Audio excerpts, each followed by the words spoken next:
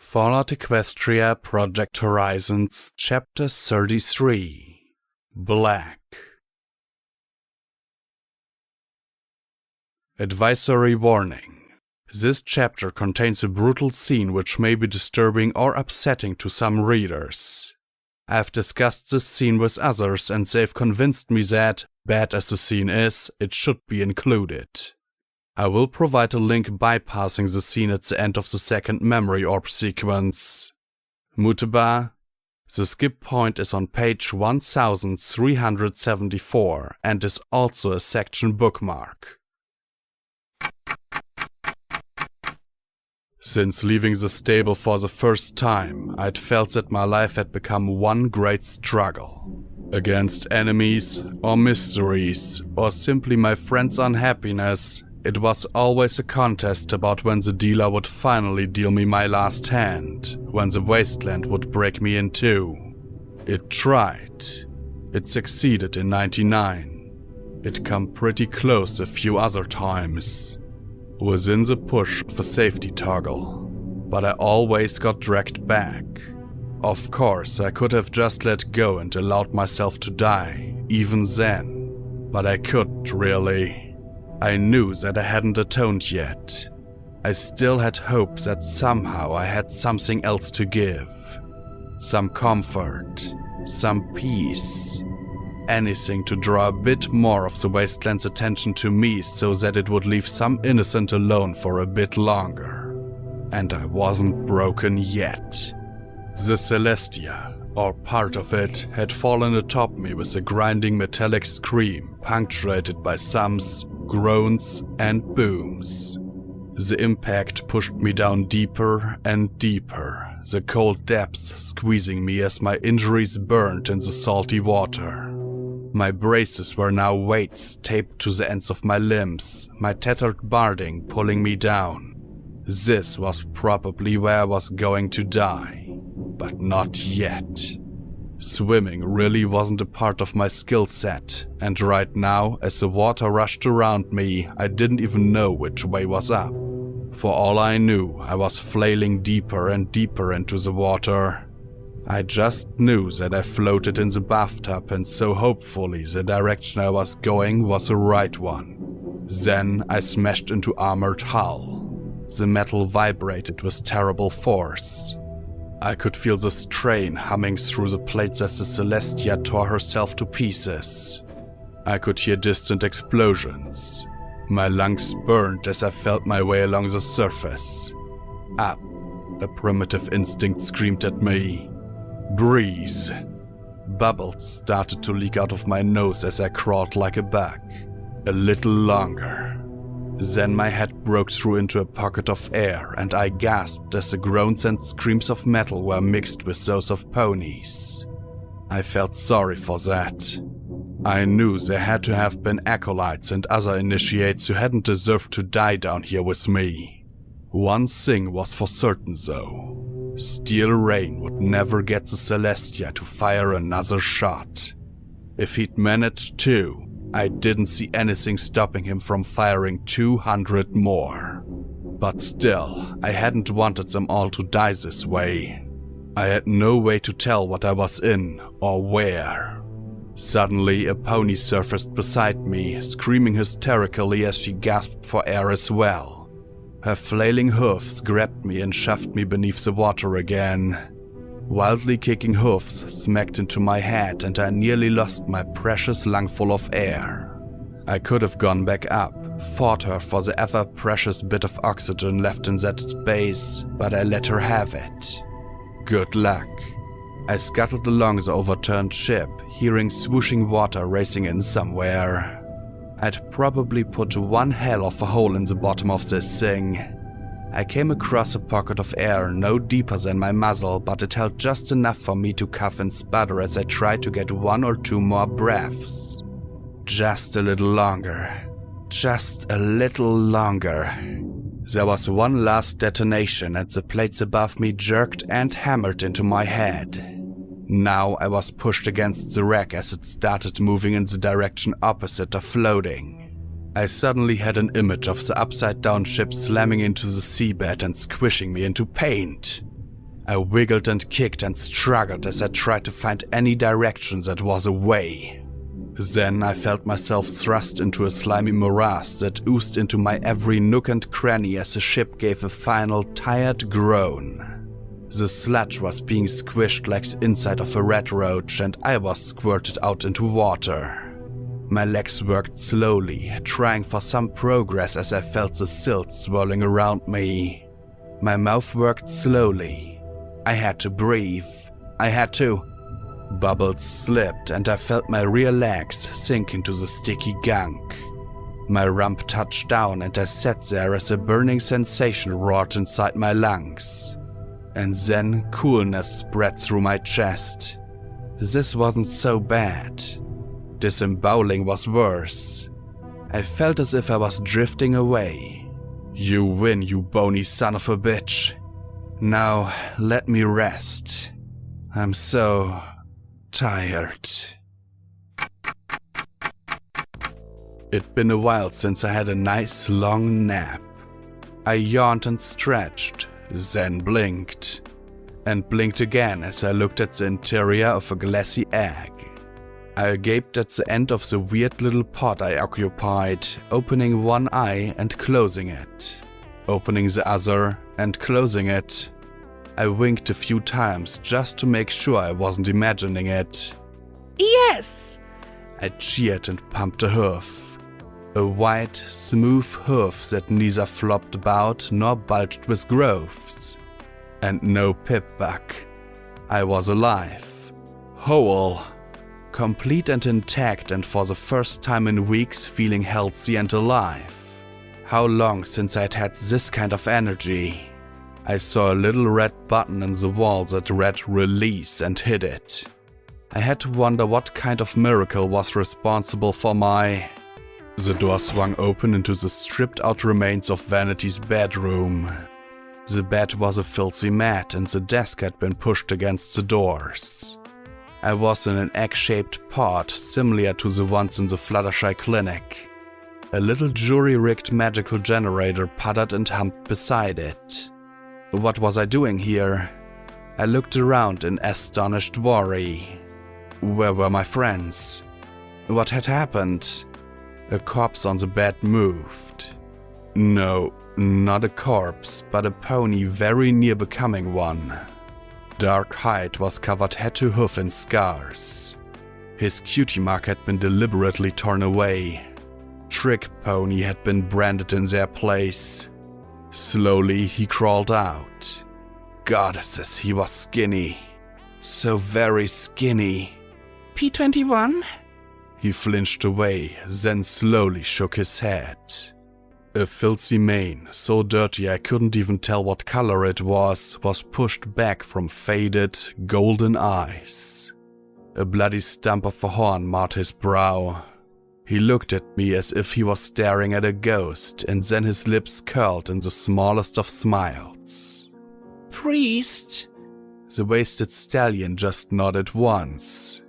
I approached him and he backed away almost fearfully. What happened?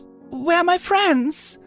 He shuddered, walked slowly to a blasted-out window and pointed down the road. Pointed towards chapel. An unwholesome hum filled the air, a single note that went on and on. But... He shook his head and then opened his mouth wide. Nothing remained of his tongue. He gave an apologetic little shrug. How long? I murmured in shock. Slowly, his hoof rose and fell as he tapped out 15 steps. 15 weeks? He shook his head. Months? Again. Years? At that, he nodded. 15 years. I staggered, but tried to focus as I stared at the swaying buck. But why am I here? What happened? Where am I? He lay down on the ground, one golden eye looking up at me. His lips moved silently, then he closed them. He took one breath and let it out forever. No, this was wrong. This was very, very wrong. I needed guns, barding, and my friends beside me now.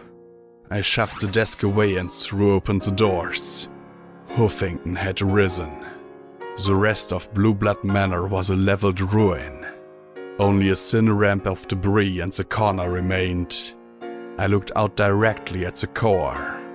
The clouds were gone, but so was the sky beyond.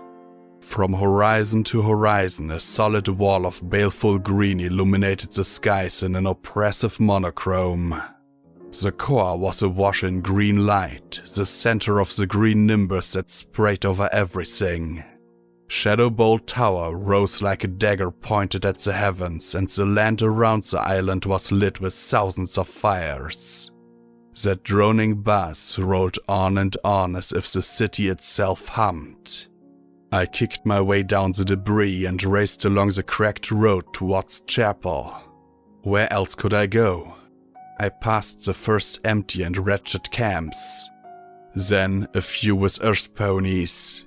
Then a few with earth ponies and pegasi and unicorns. Then there were zebras, griffins, sand dogs, all together around the guttering fires. No one spoke, no one moved. They simply hummed that single resonant note or sat silently, staring at nothing. At least they weren't killing each other. The graveyard had been torn up. It looked like some pony had tried to plant crops, but they were strange and bloated things. Chapel sat empty and half-finished, its defenses long ago shattered. I peeked in one building after the next, but only emptiness and that droning sound filled them. Finally, I approached the shell of the chapel itself. Huffington Rises had been spray-painted over every available inch. Slowly I stepped to the door and was hit by a palpable wall of stench. Yet, though I hesitated, I took a step in. And another. I'd found where every pony had gone. From the heaps of tiny bodies emerged a larger one. A withered, yellow filly's severed head was kicked past me as she worked herself free. Bits of gore cascaded off her as tiny pink pinprick eyes focused upon me. It was hard to tell what were stripes and what was dried blood and dangling viscera. Her lips curled wider and wider as her hoofs hugged a tiny dead infant. One with red stripes. One of a dozen lying around her like so many scattered dolls. And then Rampage spoke. Shh. Baby finally finished crying, but she's sleeping nice and peacefully now. I backed away. I wanted to scream. Everything was screaming as Rampage laughed. Come back, I'll help you sleep too. I turned and fled, not towards the city, but to the last refuge I knew. The only refuge I knew anymore. I ran past the reeking camps up the hill towards Star House. To my immense relief, it seemed intact. That horrible message had been spray-painted on every surface, but there was a mare stepping out. An olive mare with green eyes and a blue mane. Scotch! I shouted happily as I raced up towards her. But she turned and looked at me in shock and fear. I saw her pregnant, distended belly as she stared at me like I was a ghost. Then I slowed. In place of a cutie mark, I saw slashed scars, and the word breeder carved into her rump. There were 9 marks under that violation, 3 pink and 6 blue. Blackjack? She murmured softly. You're awake, finally awake. Scotch, what happened? What happened to everything? I asked as I sat down hard. She sat down slowly, rocking back and forth. You died, or nearly died. The sea ponies fished you out of the water. Lacuna and Glory got you breathing again. Her eyes darted left and right. Glory Glory swore she'd save you. She did. She gave EC-1101 to Sanguine, and he made you a new body, but he said it would take years for you to mature. So we were just going to have to wait. And we did. And she started to shake and sob. And everything went bad.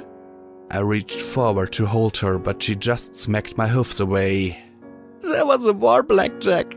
And another one. And another one. For a time, things seemed to get better. The stable dweller and her friends did great things. Got the skies fixed. Cleaned the earth. But they didn't get how bad things were out here. How terrible. Huffington rose. The city woke up. And nothing could stop it. I took a deep breath. What about our friend Scotch? I saw a rampage, I said as I looked back at the distant little building. Where's Glory? P21. Lacuni. Glory. Her eyes turned to the door. I bring her things to eat. As a breeder, I get a little extra. I looked to the door as well, but she was shaking too much to say any more and simply hugged her stomach with one leg as she backed away. I slowly pushed the door open. The room was dark. I could still hear the hum, but it was muted as if heard from far away. Something was eating from a basket in the corner. Something grey. I saw a wing. I saw two. A smile started across my face. I saw a third, a fourth, fifth. Purple eyes opened, one after the next along the side of her neck. Of course Sanguine had tried to fix her too. Maybe he'd experimented. Maybe this was intentional. But those purple eyes widened in shock before they clenched shut. Don't look at me, she rasped, low and heavy. Glory, how? Was all I could mutter. That hulk of flesh and feathers shivered, tears running down her neck. I didn't have you. I didn't have anything. So nothing mattered. Nothing. She'd let him do this? Glory, Why did you have to leave? Why did you have to be a damned hero? The grey Pegasus said in an inequine voice. You left me behind. Always. Always. She closed her eyes again. Leave me or kill me. I can't survive being with you and I can't live being without you, so I'm dead either way. I backed out. I wish I'd never met you. Glory rasped. I wish you'd never saved me. I fell back over my hoofs as the door slammed shut from a powerful gust. I just sat there and stared at it. There had to be a way to fix this, to make her right again. I'd find Sanguine and I would beat a way of fixing her out of him. Scotch tape sat nearby, rocking and humming that slow single tune. I rose to my hoofs.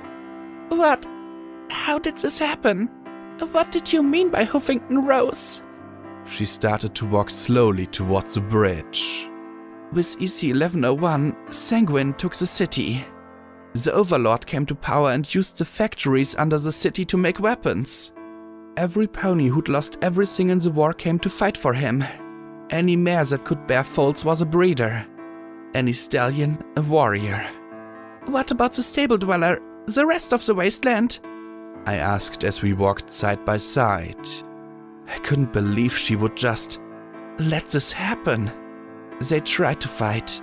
They did. They sent hurricanes and tornadoes and terrible spells. But Huffington had the Megaspell facility, and with EC-1101 they got it working again. Megaspell after Megaspell after Megaspell. You joined the Hoof, or you were destroyed. Ponies, alicorns, zebras, griffins, dragons. It didn't matter. With EC-1101 they could do everything. So you came to the Hoof or you died, she said softly as we walked. The Overlord killed the stable dweller. What? or I was going to go plan D on this overlord all over the place. Maybe I could get through to Rampage, or somehow Glory could help, or... I looked at the swollen Scotch tape and she quivered. Stop using us in your stupid fight, her eyes seemed to beg me. What about Lacunae, P21? Where are they? If I could find some way to get EC-1101 back. Some way. Something. She looked at me and trembled.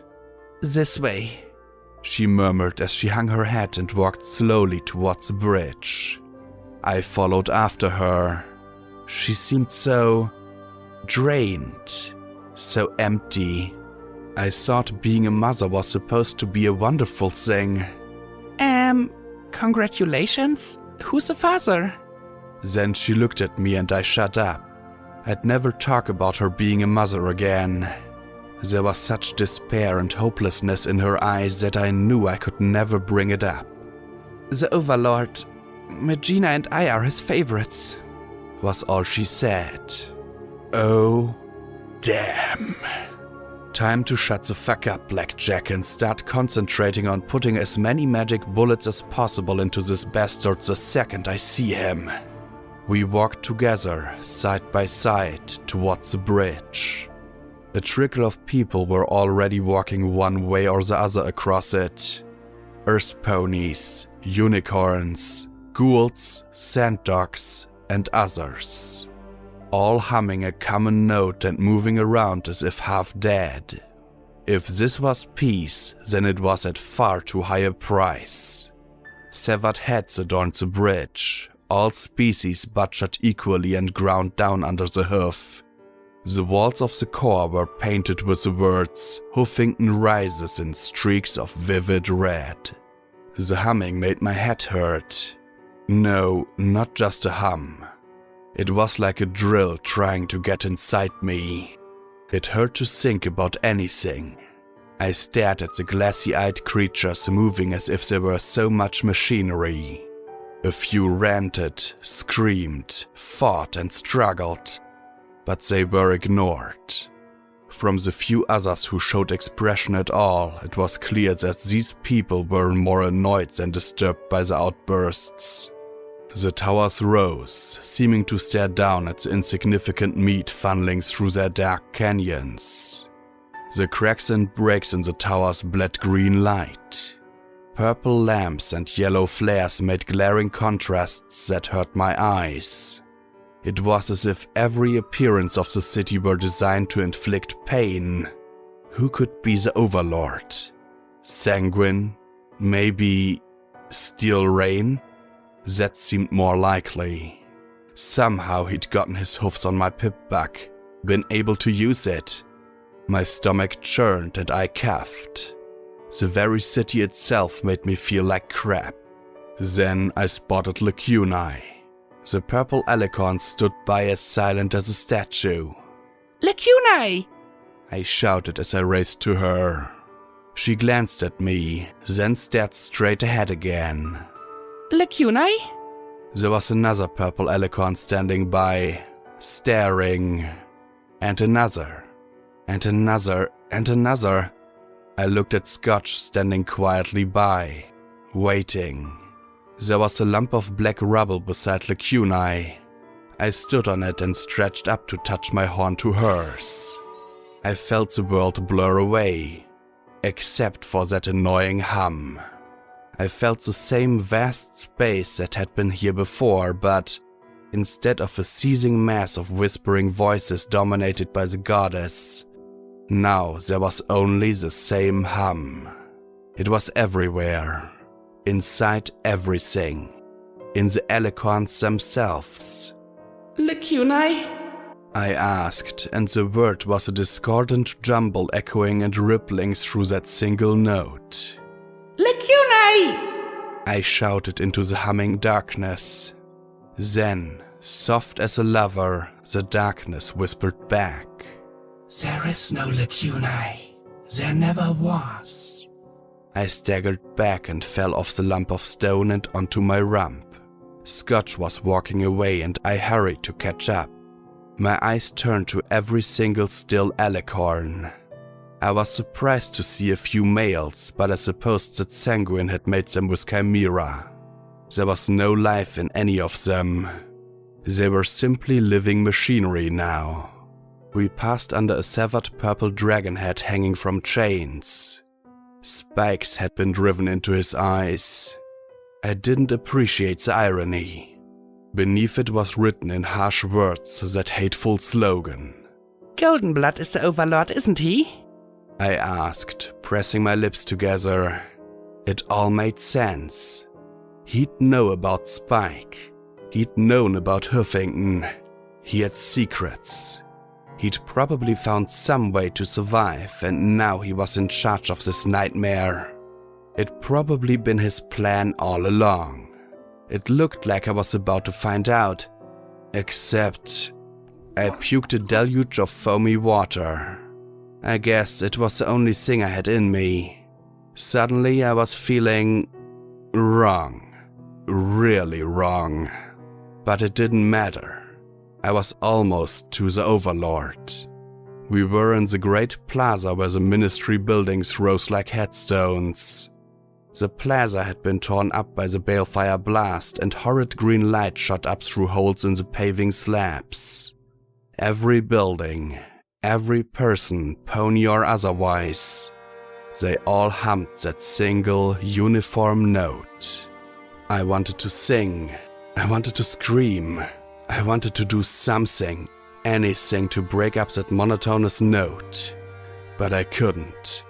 My chest flared as I moved slowly forward through the crowd. There was a sort of throne there. Good. That makes shooting this Overlord much easier.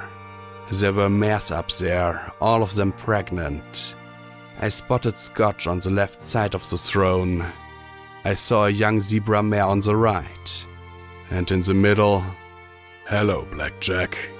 P21 welcomed me, the crowd falling back as my blue friend stared down with undisguised malice. With my pip-back on one foreleg and Folly cradled in the other, his gaze blazed brightly.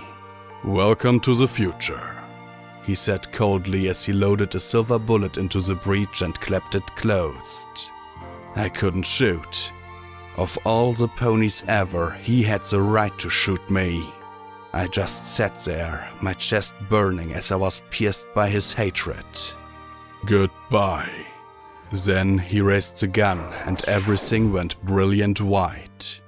The scream went on, and my world faded to black. Is she alive? Scotch Tape asked shrilly. No, I wasn't alive. Life wasn't this. This was another nightmare. My lungs throbbed like they were on fire as I sucked in watery air, spasmed and coughed again. My stomach clenched as it tried to void itself yet again, but had nothing to bring up. I felt hoofs holding me down as I jerked and coughed and gasped yet again. Life wasn't black like this. Sweet goddesses, her eyes! I heard a mare say. Oil can, I think. Give her Hydra! Give her one right now! Glory demanded. I remembered how, weeks ago, she'd gone on and on about how horrible Hydra was. How damaging to my system it was. But there was something different now. Something had changed. With this last firing of Folly, I felt as if something vital had been touched. Something integral had been corrupted. And as the Hydra helped soothe the searing pain in my face, the blackness endured. Glory started to sob. Give her another, please. I felt her wing on my wet cheek. It won't do anything, Olcan protested weakly. From the faint swoosh of the water talisman and the rocking, I guessed we were on the seahorse. Give her another goddamn Hydra! Glory screamed at her. She collapsed over me, weeping as I gasped for air, holding me tight. I lifted a hoof. No, it didn't feel like a hoof. I didn't know what that appendage was, but everything about it moved wrong. Other voices started to raise their concerns as my condition changed from dead to not dead. Lacuna had shown me. I'd stared into the mirror. I'd seen what I was becoming. A thing that used to be a pony. And as I lay there with all the panicked chatter, I heard the soft whisper of Lacuna in my mind. "I'm sorry." "Yeah," I thought back softly at her. Then I cleared my throat. "Stop. No more. Please. No more." Glory held me even tighter as she shook, and hot liquid trickled down my cheek as she cried for me. "Blackjack, what happened to the Celestia? To the Rangers?" "Who gives a fuck what happened to them?" P21 snarled. "They're dead, or they should be. Every last one of them." I winced at the anger in his voice, trembling and tight. "I give a fuck, P21," I said as evenly as possible. "The ship blew up and rolled over," Lacuna said softly. "Capri and Piscis were in the water. They looked all over for you. The Rangers had to fall back to the Applejack. Reapers had finally breached the base and everything was blowing up. I don't know who else survived." Was it me, or was there additional worry in that soft mental voice? "Where's Rampage?" I asked as I strained my ears. P21 said in a slightly less furious voice. "She chained herself to the front of the boat. She says not to let us let her get within 20 feet of you." Oh, yes, I imagined that the murderess in her was just aching to give me peace. "And Capri and Piscis are okay?" I asked, then coughed hard again. I still felt like I had water filling my lungs. Drowning sucked. I gagged and choked and fought for every breath. "P21 got us out while you were getting shot at," came the slightly distant voice of Capri. "We just did what any sea pony should do," she said softly. "Shoo-be-doo," Piscis echoed quietly. "But how'd they catch you in the first place?" Scotch asked. "We came down to get some sort of navigation thingy for the Orions, but this time there were Rangers salvaging shells of the Luna. They had spear guns with tethers and I got harpooned. I got caught trying to save her," Piscis murmured. "They said that we were spying for the Reapers and that Steel Rain Bastard said that we were enemies of the Rangers. They were going to shell the Collegiate next. Said they were going to use a balefire shell." A what? What, had every pony discovered megaspells and balefire bombs and shoved them into everything they could? What was next? Balefire artillery? Balefire tanks?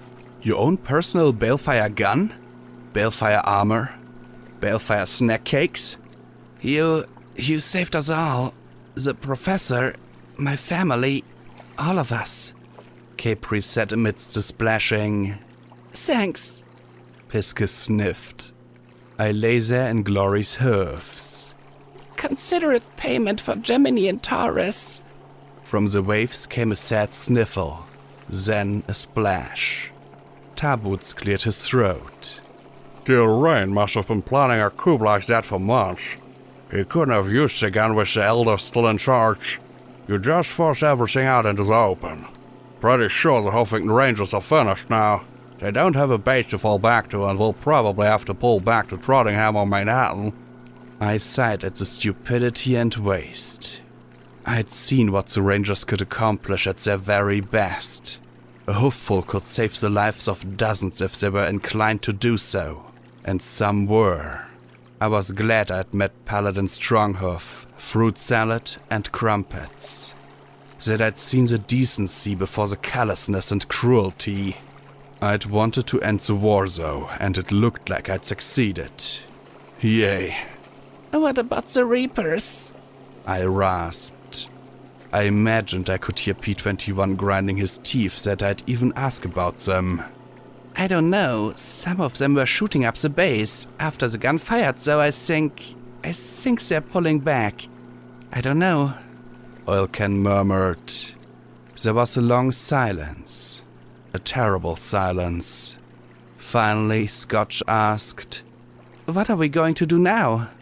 Glory gave a little gasp. "I'll tell you what we're going to do. We're going to take Blackjack to Sanguine and give him that friggin' pip-buck, and he's going to fix her. That's what we're going to do." I wanted to protest, but the water still in my lungs turned my objection into a spasm of coughing and hacking. I struggled to tell her not to do it. "No!" I managed to get out. I'd seen what would become of that. Maybe it was a nightmare. Maybe it was something more. I couldn't let her. "Yes, Blackjack. We are going to make you better. We are going to fix you, and you are not going to argue with me on that." Glory insisted as I started to thrash about, struggling. I coughed harder and harder. "Relax, Blackjack. It's the right thing to do." I'd wished that I'd been left down there. I wished that they hadn't found me. If I were dead, my friends would move on and not accept Sanguine's damned offer. But worse, I was sure that there was damage done to me that he couldn't fix. He might replace my organs, but the taint inside me would just corrupt the new ones too. Something inside me had changed, and this wasn't the solution. I felt something against my horn. Something smooth and round. No, not right now. But I wasn't exactly with it as I coughed and struggled.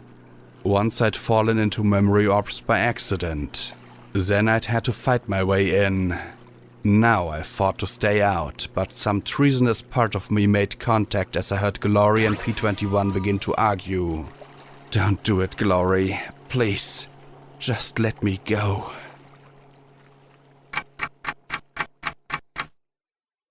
Once more, I was in a memory orb that I didn't particularly want to be in. I wanted to tell her that I wasn't worth it. But unlike those other times, I was simply too tired to even try and attempt the impossible task of breaking myself free prematurely. I simply sat back in the mind of some other pony and took a little solace at being able to see again, even if it was through some pony else's eyes. At least it was some pony familiar. I knew this bug well now. His stride, his horn. He felt older though. Tired and a bit sore. He walked through the halls of Blue Blood Manor with a slow and ponderous step. Downstairs were the worried shouts of dozens of concerned ponies. He stood in front of the mirror. There were touches of grey in his emerald mane and shadows around his eyes. Distantly I could hear the soft wail of the Huffington air raid siren. He pulled his dress uniform into place, sucking in his gut before letting the belt out a notch. Finally, he nodded with a sigh. As he walked back out and slowly down the hallway, the door opened and a young Pegasus mare in a white uniform peeked out at him with worried blue eyes. "Master Vanity, everything is going to be all right, isn't it?" He smiled softly at her. "Of course, Harpika." His eyes looked past her at the folds, sitting together in a nervous circle. "How are the children?"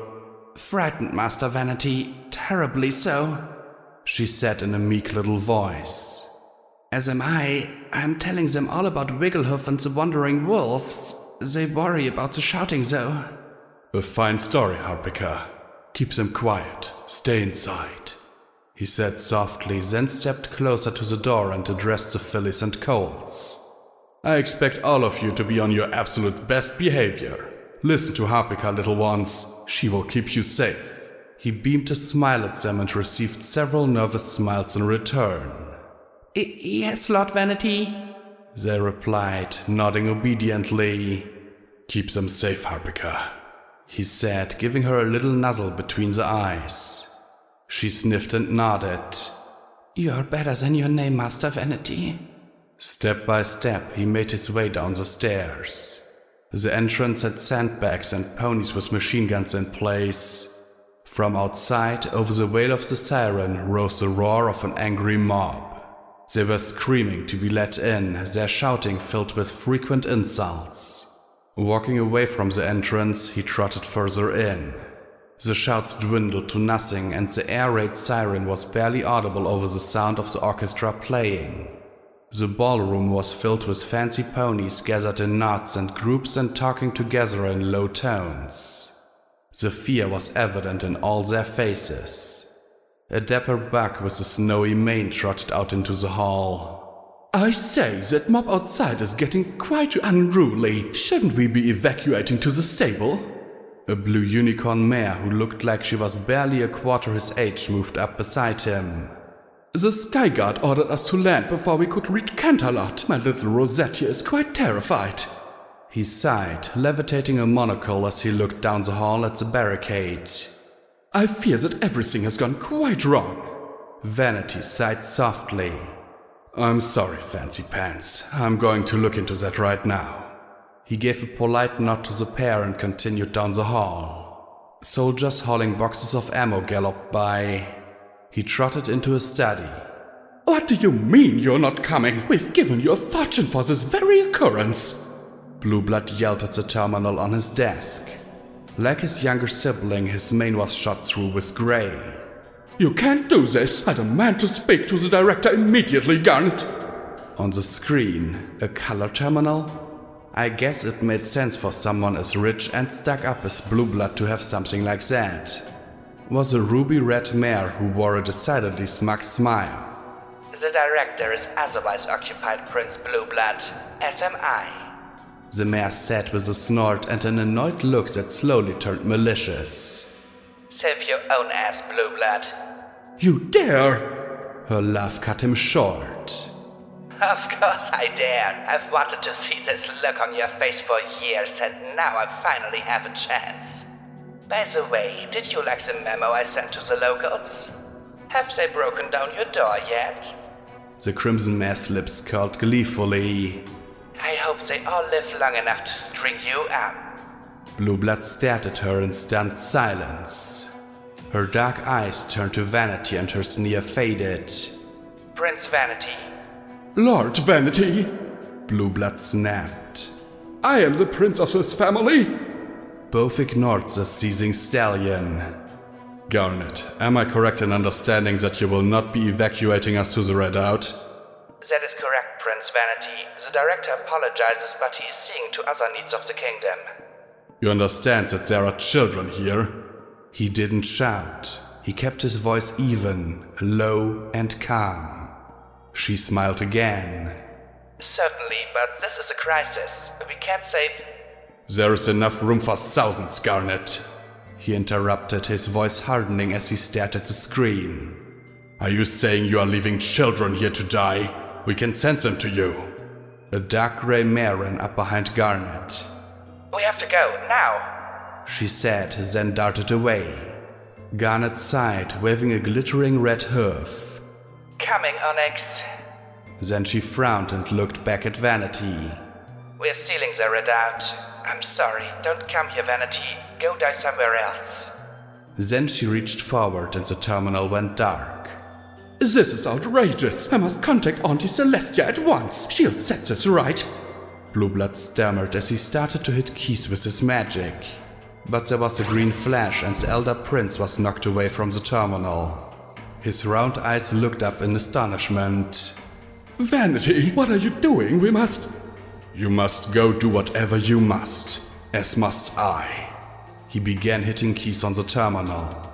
A purple and blue icon of 3 gemstones appeared on the screen and the terminal began to speak in a familiar voice.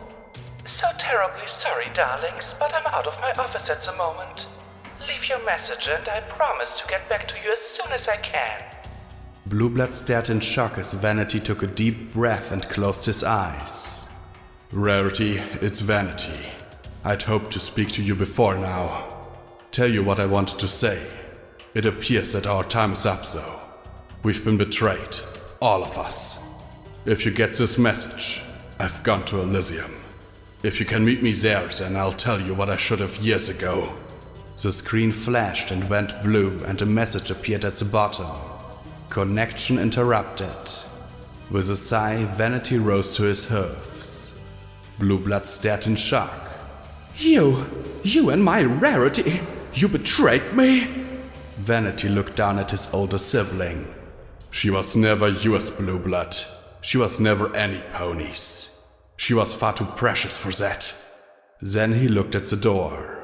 Now I suppose I must give some bad news, he said with a soft sigh. Without another look back, he walked out the door and towards the ballroom. The musicians played and the aristoponies in their fancy, expensive outfits chatted as if this was simply another party and not the ending of the world. Vanity walked through the crowd and stepped up onto the platform upon which the quartet was playing. I recognized one of them, a great pony with an elegant charcoal mane and a familiar instrument. Sadly, though, Vanity looked away from Octavia to the crowd below him. I was glad she got to play somewhere again before she returned to flank to die. Dozens of concerned faces stared up at him. "Fillies and gentle colts," he began slowly.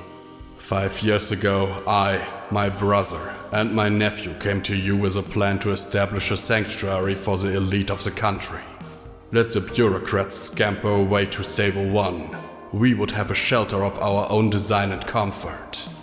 A place where the princesses and the aristoponies could retire and live until it was safe to return and rebuild Equestria. You gave generously. Some of you even had the privilege to seeing plans of what we were creating. The majesty and grandeur befitting Celestia and Luna. He paused for a long moment, then said evenly, "We are betrayed." Murmurs broke out, cries and shouts. Vanity simply stood there before them, looking out calmly as he surveyed the crowd. That calm demeanor seemed to spread through the assembled aristoponies. They quickly composed themselves, far more quickly than I might have guessed they would. The redoubt is sealed, and those who have taken shelter in it have set this mob upon us for petty revenge. And while we may defend this place for a time, eventually this manor will fall. There are simply too many ways in. Therefore, I propose that you utilize Fancy Pants' airship to relocate to the Elysium Resort. It is both defensible and well provisioned. Perhaps there you will be able to weather what is to come. The old buck stepped forward. "I'd be more than happy to, old boy, but I noticed that you didn't say we." Vanity pressed his lips together for a moment before sighing softly. "I will remain here.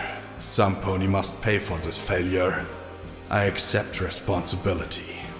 Fancy Pants' monocle popped from his eye and he chuckled. "I say, but that's the most rubbish I've heard in ages, and I've listened to your brother," he said as he shook his head. "Some pony is going to have to lead us and get us situated, and you seem to have a good horn on your head. Now, if whoever double-crossed us would like to step forward, well, I would happily leave them here to rot. But you've only ever wanted what's best for Equestria." Vanity's mouth worked, but then there was a scream from the kitchens as the work staff raced into the ballroom, a group of shouting, rampaging ponies following on their heels. "Find the stable!" some bellowed. "String up the nobles!" roared others. A cluster charged the stage, wielding knives, improvised clubs, and the occasional firearm. Vanity's magic reached out to seize the nearest, largest object he could find. Octavia's contrabass. The green light surrounded it as it slammed into the charging four like an immense club. The heavy instrument set them falling away, and for an instant the invaders' momentum was broken as the huge bass rammed horizontally into the group. One last mighty swing knocked another outshoot away from the aristoponies fleeing the room. From the screams and shouts and crashing glass and gunfire, though, bedlam had erupted in every corner of the mansion. Some of the invaders turned their guns to the stage, but the contrabass rose, the bullets pinging off the wood. The white unicorn blinked and then looked at the stunned musician. "Quite a sturdy instrument." He levitated 2 dropped revolvers from the floor and began to carry out careful and deliberate headshots. Faced with such an opposition, most of the attackers retreated back to the kitchen.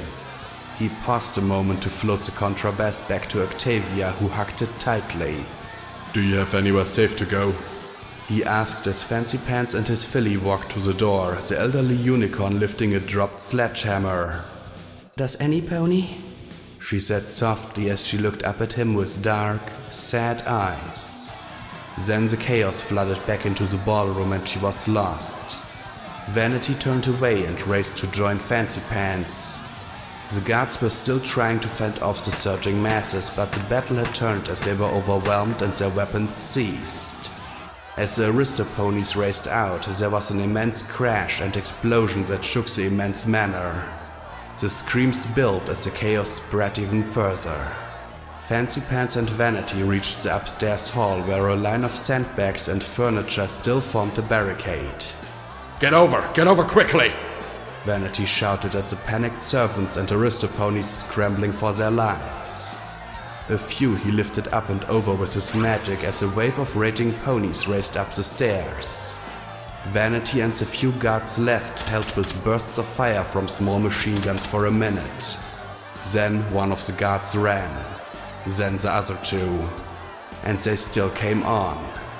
They tore at the barricade, their bullets shattering the elaborate mirrored walls and gouging holes in the fancy furniture as they chopped at the obstruction and tore at it with their hooves. Perhaps it was his control and poise, or simply that their fire was wild and undisciplined. But even as bullets skipped around him, not one found Vanity's height as he kept his place.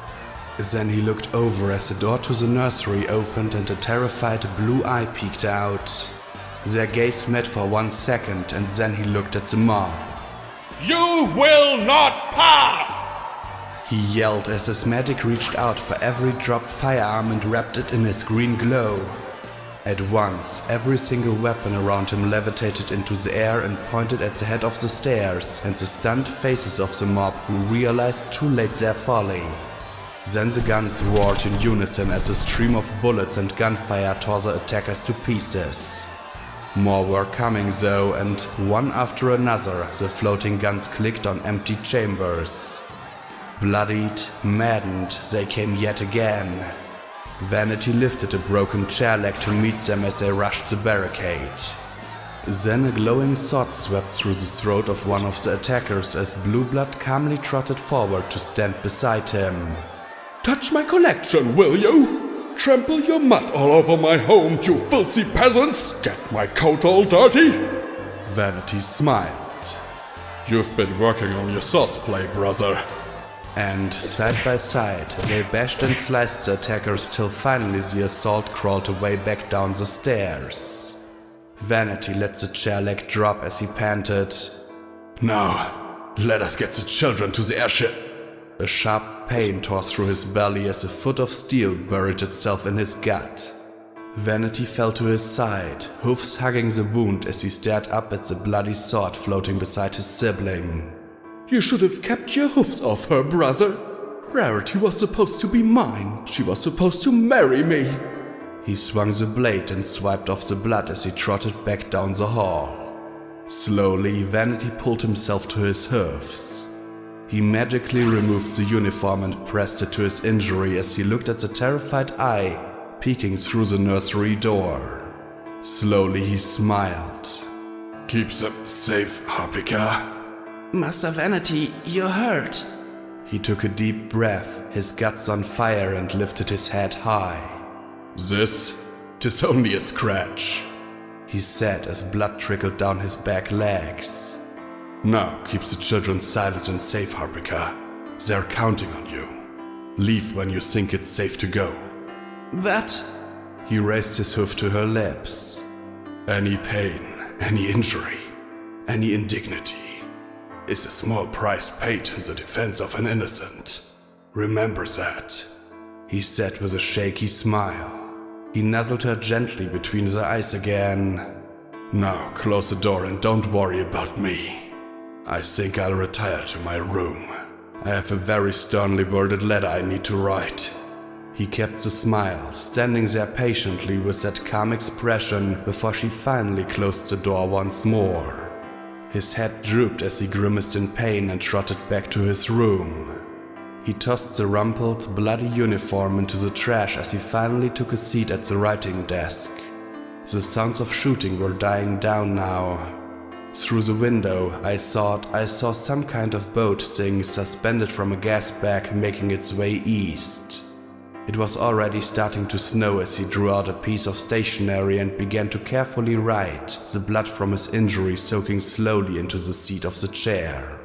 I doubt you'll ever get this, Rarity, he said softly as he folded the letter and took out a small empty orb. I don't know if any pony will ever see this memory, but it is something that needs to be said. He drew a slow breath as he started to shake, his body growing chill. I'm going to die. Let me say that. Let me begin with that. Then let me say that had things been different, we could have been the greatest of lovers. If you were not a ministry mayor and I not a prince, we could have had a better life. A life that you deserved. I know the mistakes you made, your many regrets, and I will take them all with me into the ever after. He groaned at the throbbing buried deep in his gut. For any other who sees this, I pray that you will forgive a fool. I joined the project with the best of intentions. To save lives. So much money. So much material. And now, what does it all matter? I'm dying. My brother is mad. Rarity, sweet Rarity. I did it to protect others against the inevitable. My nephew once said it seemed to him that the only way to save Equestria was to destroy it. I thought he was joking. In one of his moods. He so loved this country. Loved more than any other. I fear. Now all is undone. And damn me, I helped him. The Redoubt, I don't know what will become of it. Perhaps Garnet and the rest of the OIA cower in there still. He shuddered and closed his eyes. I'm sorry. I wish I could tell you more. Mirror Mare, my old locker. Regret. I'm sorry. He opened his eyes to look at the glossy surface of his desk, at the tears that streaked his cheeks. Goodbye, Rarity. I pray we meet again, in better lives. The world swirled away, returning to darkness.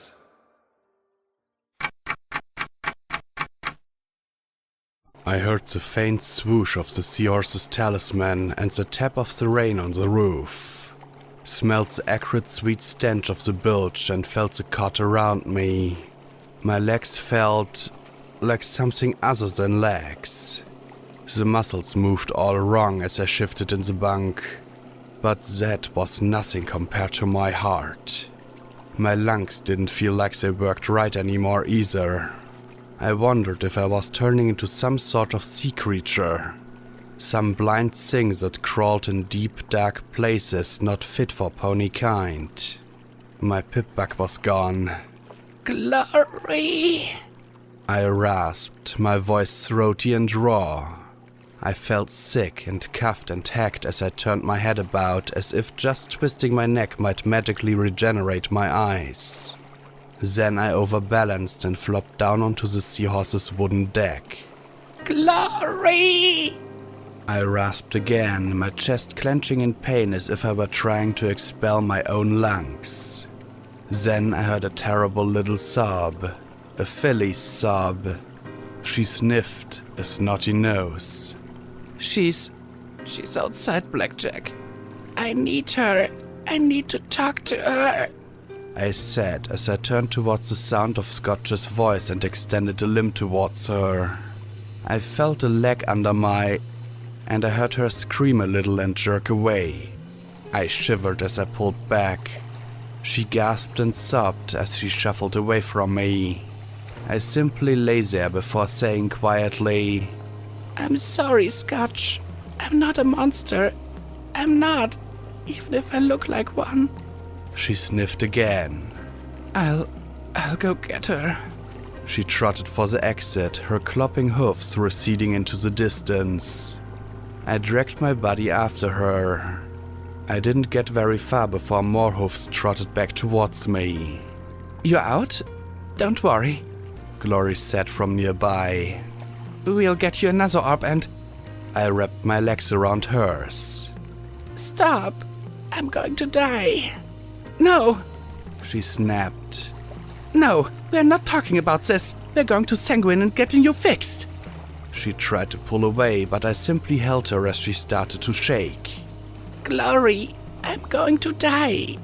I repeated, and I was amazed at how calm I felt. It wasn't that I wanted to die. There were so many things I wanted to do that I'd never get to do. But that was the way of things.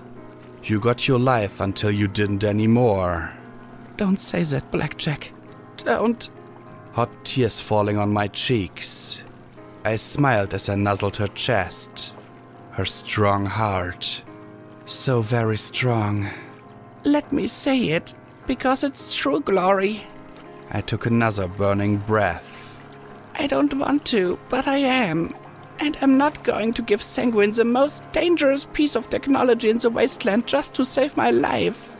She shook her head as she sniffed. And I know how damn much this hurts, Glory. I know because if it were you, I'd move heaven and earth to find some way to stay with you. And I know that you would tell me not to. And it'll hurt like hell. But if you asked me to, I wouldn't do it. So I'm asking you, don't trade saving me for EC-1101. I'm not worth the harm he'll do. I can't just do nothing. I can't.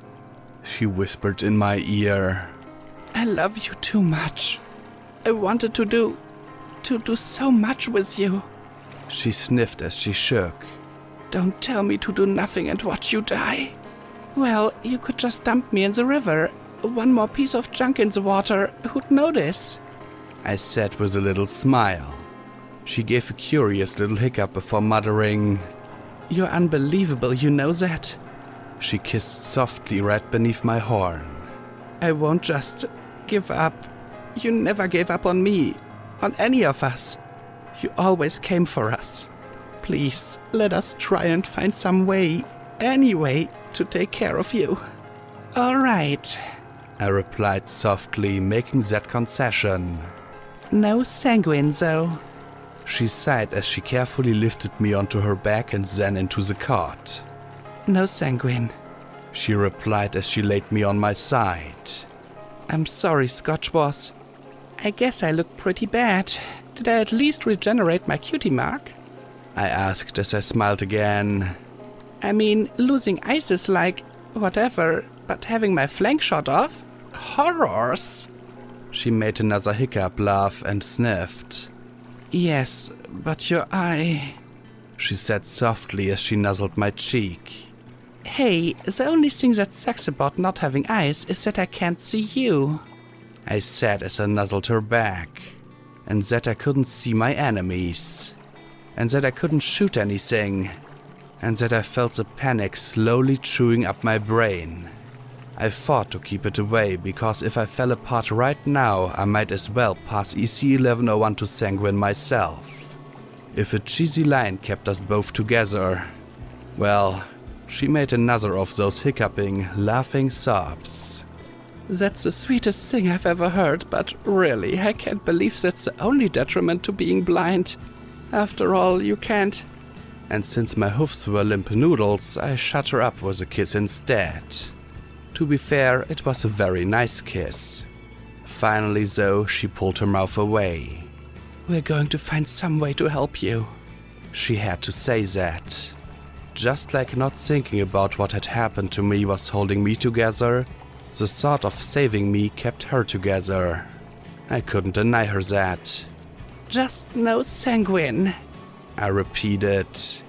She sighed, then nodded against me, and I smiled. And bring my pip-bug back. I feel naked without it. Blackjack, I'm not sure how to tell you this, but we don't normally wear clothes. I nuzzled her cheek as I said, You might not normally wear clothes, but I've gotten shot enough to consider barding clothes. Was she always so soft and sweet? Yes, she was. Okay, I need it just a bit longer, then I'll bring it back. She swore before finally pulling away. I sighed as I lay back in the bunk and I listened to her light hoofsteps recede out of the wooden hold. Then my ears twitched as she said, "She doesn't want us to go to Sanguine." Given that I couldn't peek in on their conversation, I could at least eavesdrop. "Well, duh, 'cause she's an idiot." P21 retorted, "You saw our best and only bet for saving her life. You saw her leg. You said yourself it's only a matter of days before gangrene sets in." "Her blood circulation's getting pinched off in her extremities. I don't know if that's from the taint or the cancer, but after firing this last silver bullet..." Glory grunted softly. "Why did she have to do that?" "Because it was the only way she could win." Rampage answered. Apparently she'd felt with it enough to let herself be unchained and join in the conversation. I was glad. She didn't deserve to be treated like a monster, even if she thought she was one herself. No pony did. After a long silence approaching the realm of awkward, Glory sighed. "Well, between the cancer, the growth, and the brand new case of infection, we don't have much time. We're losing her." Some ponies stomped their hoof in irritation as P21 said, "Then we go to Sanguine and Blackjack and just suck it up." A long pause, silence broken only by the rain drumming overhead. "Glory, you said it yourself. There's no other way unless you're reconsidering the pods again." It might stop the progression of the cancer, but it would not prevent the taint from contaminating other aspects of her mind. And soul. Lacunai said quietly. "Who cares about that? We're talking about her life, Lacunai." P21 protested. There are worse things than dying, P21. All of you know that better than any pony. Lacunai replied calmly, a voice of compassion and kindness. The voice of a real goddess. I pitied Unity for not appreciating what it had created. You might save her flesh, and that would be a worthy cause. But what about the cost of the guilt and shame she would feel? Would you see her suicidal again? And what of the magical contamination to her soul? "Soul." P21 muttered in disgust.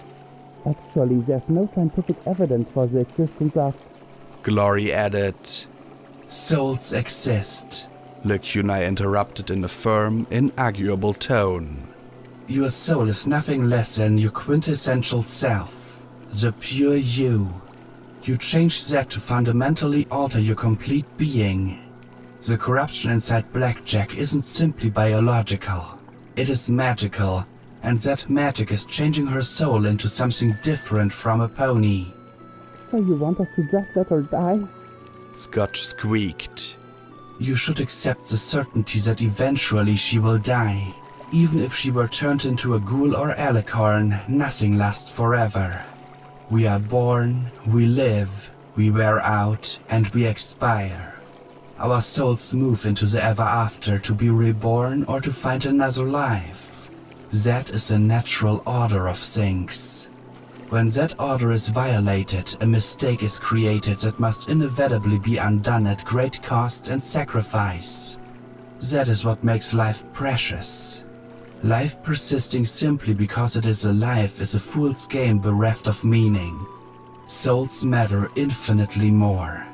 Lacunai said in a gentle, if somewhat lecturing tone. "Damn it, I don't want her to die." P21 sputtered. Of course not. You love her. Lacunai said simply. What? Oh, now wasn't this an awkward silence? "Don't you talk to me like you know me. Don't you act like you know what I feel, you freak." P21 shouted. You love her or you wouldn't care if she lives or dies. Don't treat it like an insult. Lacunai replied.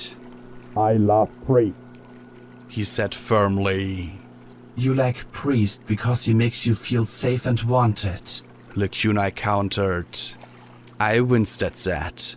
Blunt much, Lacunai? You love Blackjack. Perhaps it is a brotherly way. Perhaps in other ways. Regardless, you love her. And that scares you. Or shames you. I'm not sure which. P21 hissed sharply through his teeth. Blackjack killed the pony I loved. She beat him to death in front of me. Did you know that? Did any of you? A horrible silence descended as he panted. She handed me countless other bucks back to medical to be raped again and again. Do you know how often she stopped it? How often any of them stopped it? Never. It never happened. Not blackjack, not gin rummy, not even duct tape. I lay there in that eternal black as he panted, then said in a slower, low voice. I thought once we were out here, somehow she'd change that. Blackjack can do anything. And she would have. But every bucket there was resigned to the life they knew. Every man was just waiting for the freaky outsiders to go so they could stop thinking about it and go back to the way things were. Not one of them had the vision or the decency to admit how fucked up it was. No one but Blackjack. I don't love her. I can't love her. Because every time I think about her, I think about how she wronged all of us, and I don't know how to forgive that. I don't think I'm capable of forgetting it. But I can't hate her either. I can't leave her. So I follow her around as she rips herself apart for ponies who are no better than me, wondering what the hell all of this is for. He broke into harsh breathing once again, and for the longest time there was just silence. Then Scotch said softly, I'm sorry, P21. I am. I'm sorry I never did anything to help you. I once got in trouble for saying it was wrong to hurt you just because you're boys. I said it was stupid. I got whipped. Mom too. And we never said it again. His voice relaxed a little. You don't know what you're apologizing for, Scotch. I hope you never do. And neither does Blackjack. So don't tell me I love her. I just want to help her so she can keep helping others. 'Cause I can't.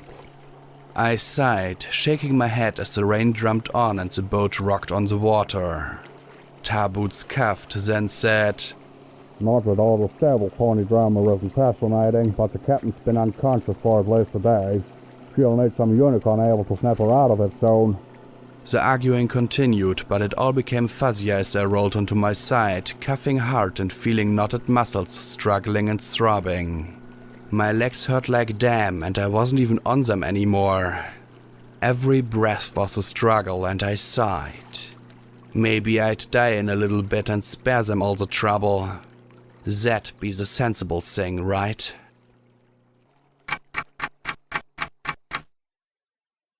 Snow swirled around my black boots as I moved through the drifts towards a massive concrete building. The Fluttershy Medical Center. The light of the city shields painted everything for miles in a baleful green glow that illuminated the still heaps of snow. Thick grey clouds swirled overhead as I moved like a black ghost through the wood and past abandoned wagons towards the distant lights that seemed to beckon ponies for miles. Dozens of wagons lay in the parking lot along with tents stuffed with doctors in yellow hazmat suits who hosted the radioactive snow off the ponies as they straggled in. I approached the emergency room doors and a dozen soldiers at once raced to attention, a few pointing their weapons at me. Hold! Identify! One with sergeant bars on his uniform began. Without a word, I levitated out my badge and flipped it open, and immediately they lowered their guns. Our apologies, Special Agent. They stepped aside as I walked in. Inside the hospital were dozens, perhaps hundreds of scared and sickly ponies being cared for by exhausted yet still dedicated doctors. One approached me with nervousness. Healing, food, radiation flush? He asked.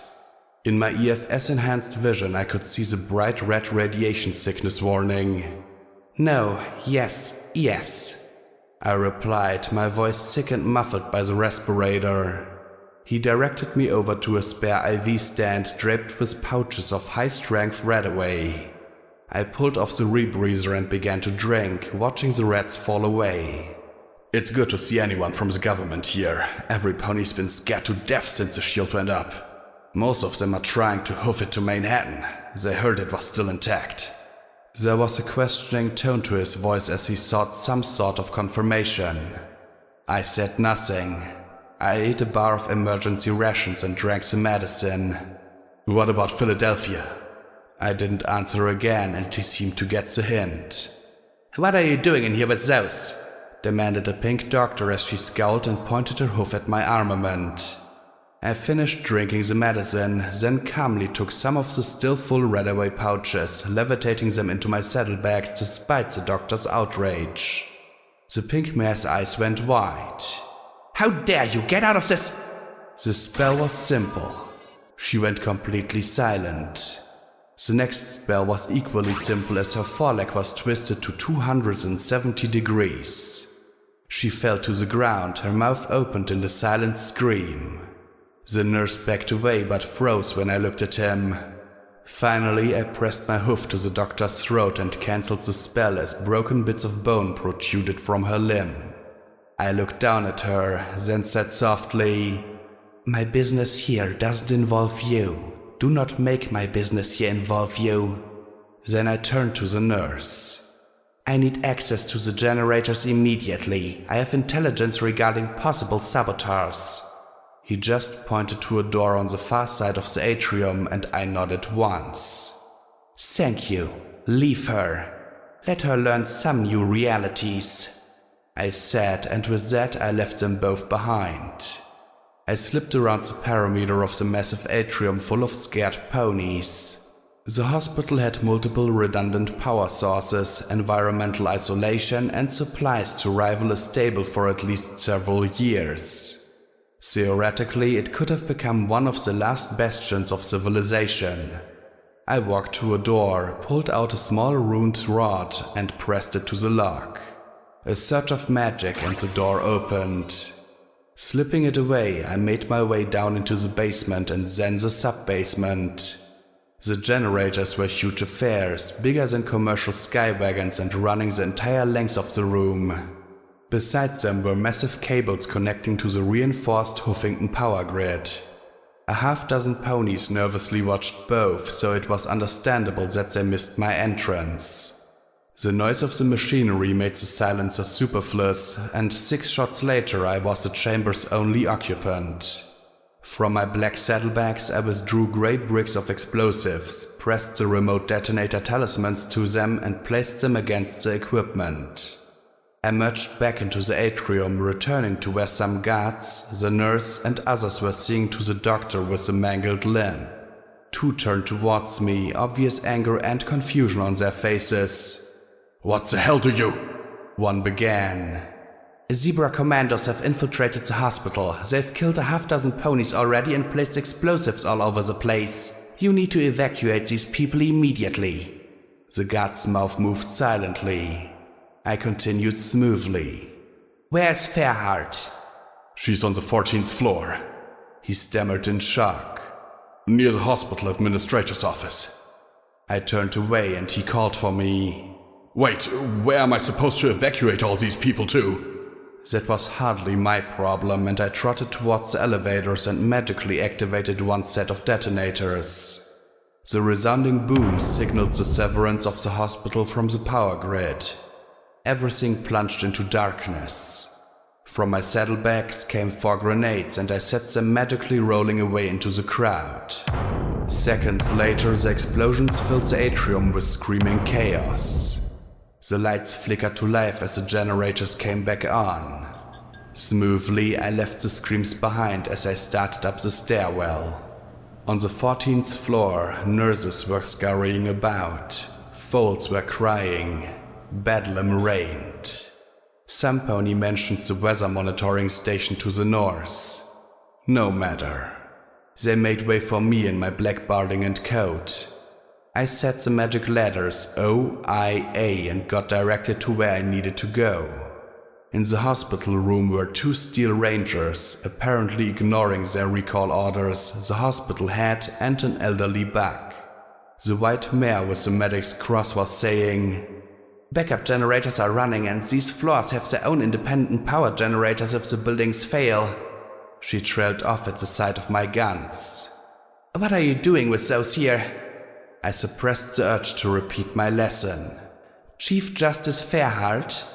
The sober maroon Earth pony buck nodded once. OIA intelligence, we're scrambling to pull things together, sir. We believe that zebra infiltrators are attempting to assassinate you. Balefire bombs weren't enough? You replied lightly. I take it the Ministry mares are dead then if they're after me. Unknown, sir. Applejack may be alive, but we will likely never be able to extract her from Stable 2, her last tracked position. Rarity and Fluttershy were both reported in Canterlot, which is a complete loss. Twilight is still being tracked in Maripony. Rainbow Dash's tracking put her in Cloudsdale around the time of the first strike. Pinkie Pie died in Manhattan, I said matter-of-factly. Horse's tracking was lost in the Hoof. We are still working to determine the status of the military heads. Likely not good. I would have died in Canterlot if it hadn't been for this damned heart surgery, he said as he touched his chest with a grimace. Do either of you have experience with explosives? I asked as I looked at the pair of steel rangers. Of course they did. All rangers did. There are bombs placed on the building's generators. Careful though, the zebras are likely still hidden. The pair looked at the Chief Justice, who nodded, and together they trotted out. I can't believe they would attack. Why? What do they hope to gain? Hasn't there been enough death? Redheart said as she looked out the window. The zebras want our total and complete annihilation, Administrator, I replied. You'd best see to the evacuation. Evacuation to where? There's so many. Where are we supposed to go? And what about the ones who can't be moved? Redheart fretted. Once the basement is secure, you can return. Right now, you have to get to safety, I said. Safety in the radioactive snow. How ironic. The Administrator sighed, chewed her lip, and then slipped out as well. How did you learn of the zebra assassination attempt? Fairheart asked, and then that question was answered by the sight of my silenced pistol. So, it's a coup after all. The OIA serves the Luna and Equestria, I replied evenly. We will not allow it to fall into the hoofs of another. I'm sorry, Justice Fairheart. Just one question. Who's behind this? Horse? Golden blood? He asked. The only answer he received was a silenced bullet clean through the eye. I magically turned his head away, holstered my gun, and trotted out of the room. Once outside the secure area, I tapped the talisman again. The explosions sounded deep below the building, and another place that could have been a bastion of hope and civility went dark. Using my light amplification goggles, I loaded up on my red axe, read away, healing potions and rations from the storeroom. Then I made my way out. I passed by the maimed doctor and the terrified nurse. Their eyes reflected pain, fear, and confusion. It didn't matter. One more was dead. That just left one other to take care of. Ignoring the yelling and screaming in that radioactive night, I walked back into the darkness. My mission still wasn't finished. Not yet.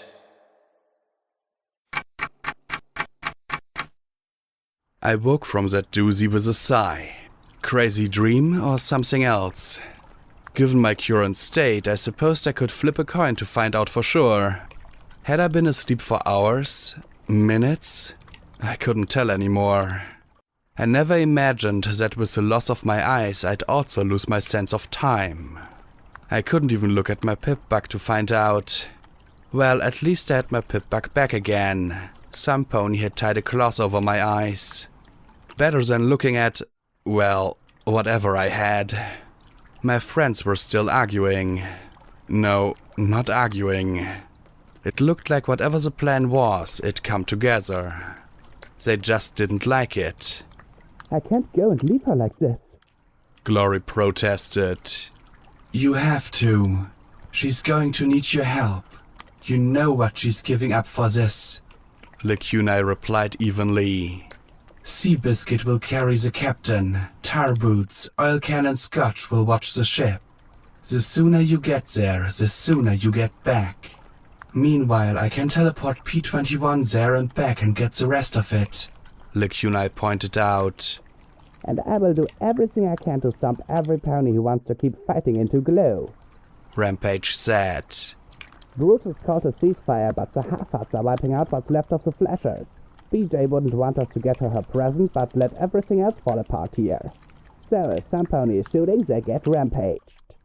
So now she was a verb. Lacuna gave a delicate cough. Except for Paladin Studmuffin, provided he's still alive. Rampage added. You really think you can stomp enough?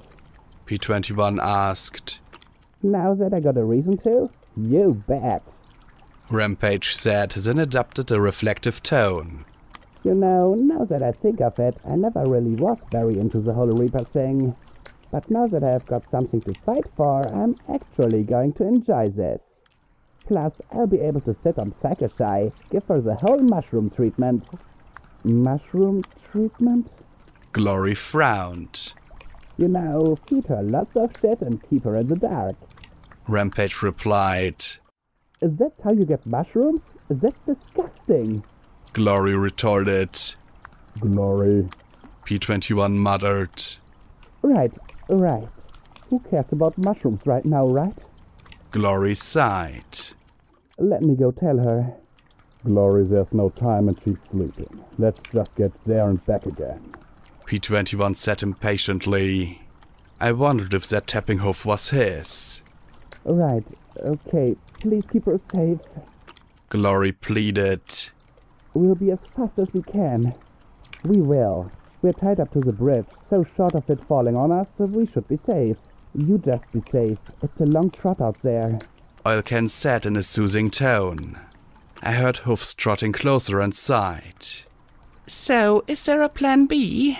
I asked, and there was a little filly gasp. Oh, you're awake? Scotch said softly. Nope, I'm talking in my sleep. I replied, then smiled. So, what's the plan? I'm not supposed to tell you. I tried to move my legs and fold them under my chin, but they were too sore and swollen. Scotch. Please, Glory and every pony made me promise not to tell. Tell me. They said you wouldn't like it. Tell me. But Miss Glory... Tell me! I grinned and wondered if I was making her smile or freaking out. Alright, she was talking for hours on your broadcaster thingy. She contacted the Pegasi and the professor and that big hospital and even a bunch of ponies in some faraway place. I think they were after some super healthy talisman like they had in medical or something. Another regeneration talisman? Put it in me, disintegrate me and let me come back? It had... potential. Of course, knowing my luck, I'd be regenerated like this. Something inside me had been touched by the contamination and now I didn't know what I was. I didn't feel like a pony. I didn't feel like anything that belonged to this world. I sighed as I settled back. I'd told her she could try anything. I didn't like it, but I couldn't deny her that. I just hoped that, once I was dead, my friends could find some way to move on. Oilcan gave me a memory op for you. It's one of the captains. She said it's a good one. Scotch said from my side. I waited, then smiled. Scotch, if I can't see it, then I can't grab it in my magic. You're going to have to hold it to my horn. Then I hesitated. Or am I really that scary? Now she hesitated, giving me my answer. I bowed my head. Sorry. It's your legs. They're all black and red and clumpy. Scotch swallowed. Glory said your blood's getting all goobered up in there. She said we're probably going to have to... She swallowed again as her voice shook. Sorry, I'm not supposed to say. Thanks, Scotch. I said softly as I stretched my horn towards her. Well, Thrash's memories should be interesting. Just hold it to my horn. Okay. But again, she balked. Blackjack, are we bad ponies for what happened in 99? I wanted to reach out and touch her, but that probably just makes things worse. You're not Scotch. You're just a filly. You're not responsible for what happened in 99. And neither was your mama. Duct Tape wanted a family. She wanted to end the breeding queue and have an actual life on the surface. Blackjack, is P21? She started and I stretched out my hoof. Please let that be a hoof. Against her lips. Ask him, Scotch Tape, I said softly. I had enough trouble without eating those rotten food chips. She sighed and a moment later dropped the memory orb into my hoofs. I did. He told me to drop it. But he was Mama's favorite. I don't think she ever had another bug on her queue. And he was over a lot. More than any other male. The overmare's bribe, I recalled. It was like that whole family thing Mama was going on about. She sniffed a little. I wish I knew for sure. Maybe then I'd know why he hates me. I could scream. She wanted to remember. She was unhappy. But if I told her, then P21 would be pissed. But if I didn't, then she would be sad. Was there any way out of this that didn't involve me fucking up? Let me talk to him, okay? Please, please, please let me die before that conversation came up. Just tell me, Blackjack, I'm not a baby. She insisted. Right. I already tried that. It ended in tears, recrimination, and loads of blackjack guilt. Let me talk to him, please. Ugh, why does every pony keep treating me like a little filly? I stopped being one when Mama died. She trotted away, muttering sullenly under her breath. I wish ponies would stop trying to protect me all the time. She had a right to know. P21 had a right to keep his secrets. But it was making her sad. But it would make him mad.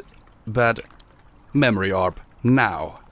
With luck, I'd wake to some horrible monster raping my ass or find out they went through with plan A after all.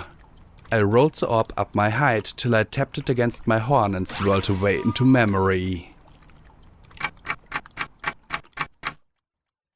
Big Earth Pony.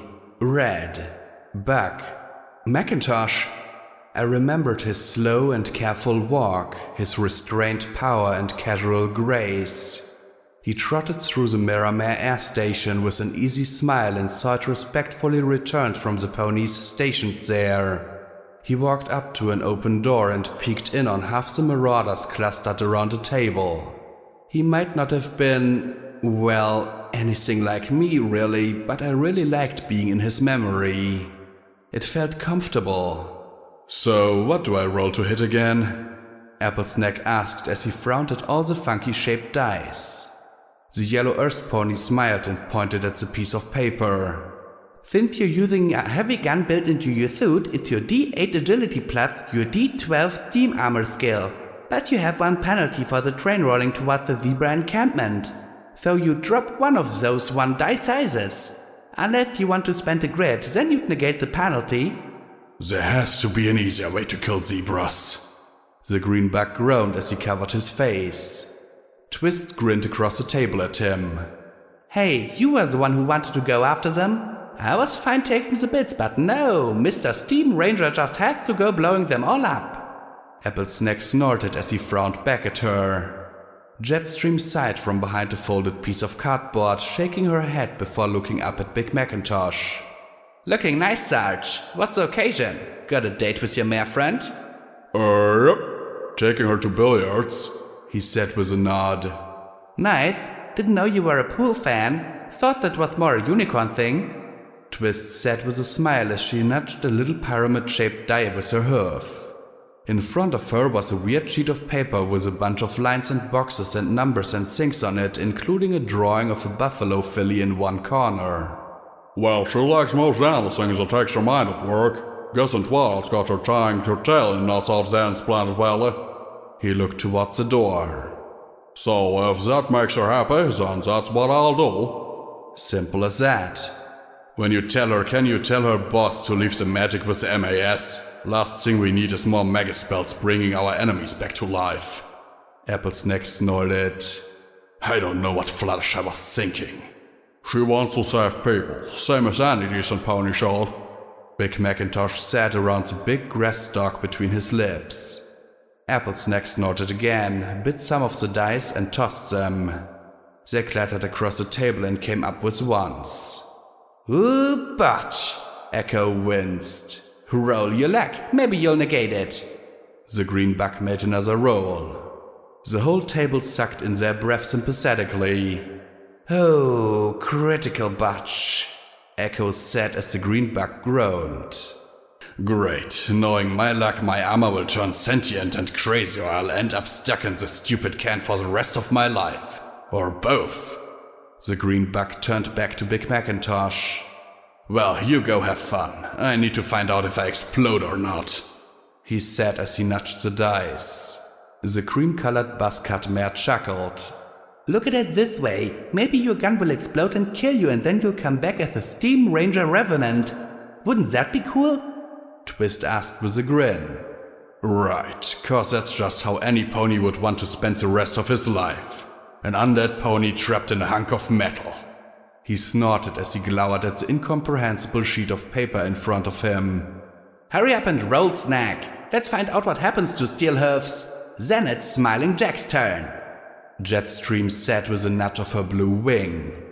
Echo nodded as he flipped open one of the strange Wasteland game books.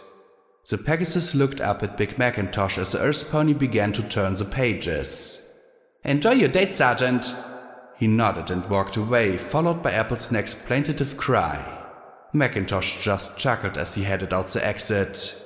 A short subway ride later, he trotted towards the grand plaza surrounded by the 6 ministry buildings. Shadowbolt Tower loomed above all the rest, rising like a spire into the evening sky.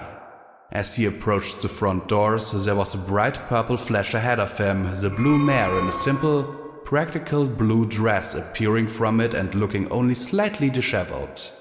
Mary Pony shook herself briskly, nudged her glasses back into place, then noticed Macintosh. At once she smiled and ran to him. Macintosh! She held him close and nuzzled his neck. Am I glad to see you? You wouldn't believe what a day I've had. She groaned and covered her face with her hoof. The entire ministry is crazy.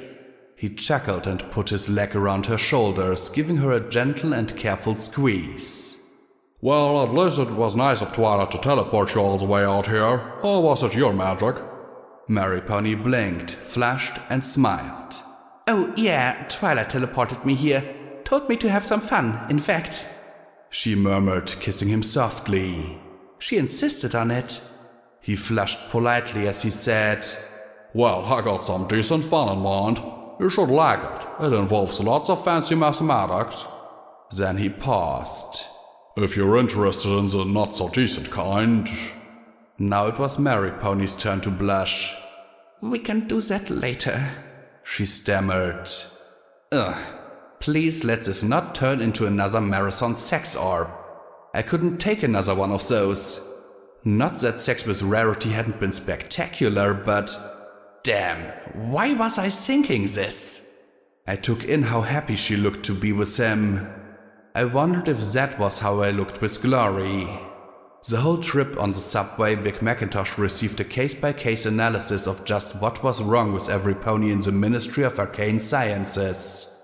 Mary Pony complained about Luna's constant hoofs-on approach to governing, leaving Twilight on her own to figure everything out. She complained about Fluttershy keeping her megaspell research secret until a disastrous field test required a battle to be fought twice. She mentioned how Goldenblood should have kept her in the loop. And the meetings. A meeting to plan meetings. Endless talk about projects and programs and spells. I thought I was going to be able to create new magic. I thought that I'd be a part of something greater. Instead, my whole day seems to be sitting in meetings so that every pony else can talk around me. Well, tell Twilight you want to quit. If it's not making you happy, find something that does. He replied quietly. Simple as that, he said as the subway train arrived at Horizon Station. They rode the escalators up to the street level. Horizon Labs was just a big, dark, glassy block. Her mouth moved before she dropped her gaze. It's not so simple. She looked at him. Do you like fighting? Does it make you happy? she asked as they trotted towards the bar south of the subway station. Nope, but my friends need me. Equestria needs me to fight, he replied casually. Well, it's the same for me, Mary Pony replied quietly as she hung her head. At least, that's what every pony keeps telling me. Mary, is there something you need to tell me? He asked with a worried look. The blue unicorn just shook her head. Nothing, it's nothing. Then she smiled at him and pulled herself together. Let's just have a great night together. I don't want to think of ministry business or Twilight Sparkle at all tonight. He just looked at her, then nodded as they strolled into town. Down in the pool hall, she at once lit up in glee at the game. In short order, she was lining up shots. And then she magically produced a chalkboard and slide rule and started to work out shots while Macintosh just looked on. Of course, executing her precisely measured shots was another matter entirely, and more often than not she sent the cue ball bouncing away from where she wanted it to go. Macintosh, on the other hand, simply gripped the stick in his mouth, braced it against his hoof, and took the shot. And, much to Mary Pony's chagrin, sunk more balls than she did. Clearly there's an element I'm not accounting for, she muttered as he bought 2 plates of daffodil and daisy salads with apple slices. He just smiled and she arched a brow and gave a little smile of her own. Aren't you going to tell me what I'm missing? A small knot of ponies in white uniforms who'd been playing cards at a nearby table were watching the pair, nodding their heads in our direction. I figure you'd rather just figure it out yourself. If you need me to tell you, you'll ask, he replied as he munched on the clean, fresh food. Oh, so delicious. She looked pleased at his reply. You know, you're the only person who will do that for me. Every pony else, if they know I need to know something, they'll trip all over each other trying to give me the answers. They never stop to think maybe I'd like to find the answer out myself. Twilight too? He asked, and instantly her mood was blown. Sorry, I'd put a word in with Applejack if you'd like her to talk to Twilight about your problems at Pleasant Valley. No, she sighed. Hey cutie, is Merriman Mook giving you trouble? A unicorn buck asked as he trotted up with his 3 buddies. He had an anchor for a cutie mark. Mary Pony looked at Big Macintosh and then back at the 4 sailors. Trouble? Not particularly. Yeah? Why don't you come over to our table? I know all kinds of tricks we can teach you involving balls and a shaft. He chuckled. Oh, I knew some pony about to get his rump rearranged. I could smell the booze on his breath. Not enough to make him weak, but probably enough to make him stupid and dangerous. You'll need to go back to your game, sailor, Big Macintosh said firmly. Every pony's having a nice time. Don't need to spoil it. The 10 unicorns scowled up at Big Macintosh. You listen here, you come all the way to our pool hall. The least you can do is let us enjoy the company of your mare friend. And in case you didn't notice, there's 4 of us and only 1 of you. Yep, so I reckon you best go and round up a few more so it's a fair fight, he replied. You might want to sober up though. Make sure this is a fight you can handle. We should go, Mary Pony said in concern, looking around. The conversation had suddenly generated a lot of interest from the other sailors. Oh, you think I can't handle you? You think I can't handle you? The unicorn laughed and grinned at Big Macintosh. Big Macintosh tensed his muscles as the unicorn buck whirled around and smashed his rear hoofs into Macintosh's chest. Macintosh didn't budge. The unicorn went sprawling on his face. I'll chalk that up to y'all being drunk, the red pony said evenly. Eyes glaring, the brown unicorn picked himself up, lifted a chair and sent it flying at Macintosh.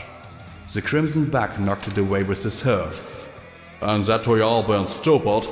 Y'all don't get a third. He nodded to where the sailors been playing. Y'all go back to your game, folks, otherwise this is gonna get bad. Oh, it's going to get bad. It's gonna get real bad. The unicorn yelled as he lunged, rearing to smack Macintosh in the face. Big Macintosh caught the descending hoofs with one limb and then powered his other 4 hoofs straight into the sailor's gut. The unicorn's breath whooshed out as he doubled over, wheezing and sputtering, then became violently ill. Let's go, Maripona, he said as others rose to their hoofs. But I don't understand. What's wrong with showing me tricks? Maripony asked, then frowned. She rubbed her nose, looked at the pool table, then at the sprawling buck. Suddenly, her eyes popped round and blew behind her glasses. Was he? Yep. Now we need to be going, he said firmly as the pair backed out of the pool hall. It was dark and starting to drizzle. Let's hurry up. Some folks don't have the sense Celestia gave a bag of beans. But can't you just tell them you're a sergeant and, I don't know, order them to go away? Maripony asked as they trotted quickly down the street. A glance backwards confirmed that the unicorn and his friends were following. There ain't a rank been invented that could compete with Admiral Drunk and General Ticked Off. Big Macintosh frowned. They'll be right sorry in the morning, but I'm more worried about dealing with them right now. The pair had nearly reached the subway station when a dozen more sailor bugs trotted up the stairs. They took one look at the pair and moved to block the entrance. Maripony and Big Macintosh were forced into the abandoned Horizon Labs parking lot. I want you to get out of here, Maripony. Don't worry none about me. I'm not going to leave you to a mob, she cried. Get him! They shouted. Sneaky earth pony! Called another. He's disrespecting the uniform! Probably a stripe lover! He's a sergeant! He's a soldier! Maripony yelled, but from the further of the crowd and the reek of alcohol, they either weren't hearing her or didn't care as they surrounded him and knocked her back. The shouting sailors piled on all at once. While he knocked them away at first, even he couldn't prevent them from piling on. Still, I was amazed that, despite the beating, he really wasn't all that hurt even as he disappeared under them. Then, Maripony let out a yell and all at once Big Macintosh moved. I'd never felt that kind of strength before as his body lunged and launched half the ponies into the air in rolling arcs. A kick behind him knocked a half-dozen flying. Now that powerful frame was all action as he battered the sailor ponies like a force of nature. No, I take that back. There was nothing excessive in this force. For all his strength, he kept his kicks, shoves and bites controlled and precise. I marveled at the focus and the care he took in preventing severe injury to the sailors. Then the brown buckwheat started the whole damn thing, lunged at him with a drawn knife. There was a purple flash and a shriek as Maripony appeared between his side and the plunging blade. She staggered, glasses falling as a 3-inch gash appeared in her shoulder, blood spreading across her dress as her purple eyes stared at the injury in shock. Oh my, that went differently in my head. Big Macintosh looked at her standing beside him, bleeding, then looked at the buck holding the floating knife. His body came up and his hoofs crashed down. The unicorn buck was struck with such force that he bounced like a ball filled with crunchy twigs. Then he lay still. This fight is over, Macintosh bellowed. You've attacked an officer and injured a civilian. Now there was muttering as sense began to reassert itself and many of the sailors started to realize the amount of trouble they were in. You three drag that to the mattock, Mac ordered before turning back to Maripony. Okay, that's deep. Take the dress off, we'll have to use it like a bandage. Oh, no, you don't need to do that, I'm fine, it's just blood, just a lot of blood. She stammered as he stared into her eyes. Purple eyes. She dropped her gaze and he slowly lifted the hem of her dress up to expose a purple and pink starburst on her flank. Twilight? I wanted to tell you earlier, she stammered. He frowned, then looked at the dress. She took it off, folded it over and pressed it to the injury. Don't worry about it now, Ministry Mayor, he replied flatly as he looked around at the sailors. Can you teleport with that injury? Get yourself to the hospital? There's a quick care back at the corner, Twilight said softly. Hopefully they won't ask too many questions. Twilight kept her eyes low in shame, her magic holding the makeshift bandage to her wound as the two walked carefully back. So, how'd your magic your appearance? Rarity? Big Macintosh asked in a low, slightly hurt voice. Yes, she developed a surprising number of spells to alter a pony's coloring and mane. Minor transfiguration magics that can... She faltered, her ears drooping as she limped beside him. Couldn't get it to change my eye color, so I had to enchant the glasses. And no magic can change a cutie mark, so I had to make sure it was covered. He didn't say anything and she muttered lamely. Been trying to make a magic decal that would cover it, but it doesn't quite work right. And you always kept the lights off when we were together in bed. Thought you were just being shy, he murmured. I was being shy, Macintosh, Twilight said with a furious blush on her blue cheeks. I didn't know how any of that worked outside of books. The most I knew about a bug I got from reading the Zebra Sutra. I never ever imagined I'd do it, let alone with you. Always wondered where you learned some of those positions, he murmured as they approached the Quick Care 24-hour medical service. So why the disguise? It was the only way I could get away, Macintosh, Twilight replied, looking up at him with pleading eyes. You don't understand. Every minute of my day is scheduled. Meetings, presentations, openings, project reviews. I'm lucky if I can find a few hours for myself. And if I ever go somewhere on my own, every pony who sees me recognizes me. I'm not supposed to go anywhere in Equestria without a dozen OIA security ponies around me at all times. It's like that for all of us. Rarity and Fluttershy have to clear a spa meeting with 50 ponies just to have an hour off together. And me? He said quietly. Why didn't you tell me, Twilight? I wanted to, she said lamely. I meant to on our first date. A sort of surprise, nice to see you again. But we had such a nice time out, and for the first time I really enjoyed myself. I didn't feel like I was a ministry mare, and you were different too. What do you mean? Remember when the Marauders helped clear out Splendid Valley? I came up to talk to you. Asked how you were doing. Would you like to get lunch? She said as she looked at him. Do you remember what you said to me? Said it wasn't proper for a soldier to be socializing with a ministry mare. Exactly. So if I told you the truth, would you have kept seeing me?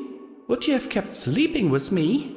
She asked pointedly, and his ears folded back as he frowned in worry. Twilight sighed. Well, I guess that's all over. Funny, I was looking forward to this date for days. He blinked in surprise as they stepped into the Quick Care. The sharp antiseptic smell clashed with the coppery scent rising from the blood. The nurse began, "Welcome to Quick Care for the quickest care any..." Whoa! Her eyes popped wide.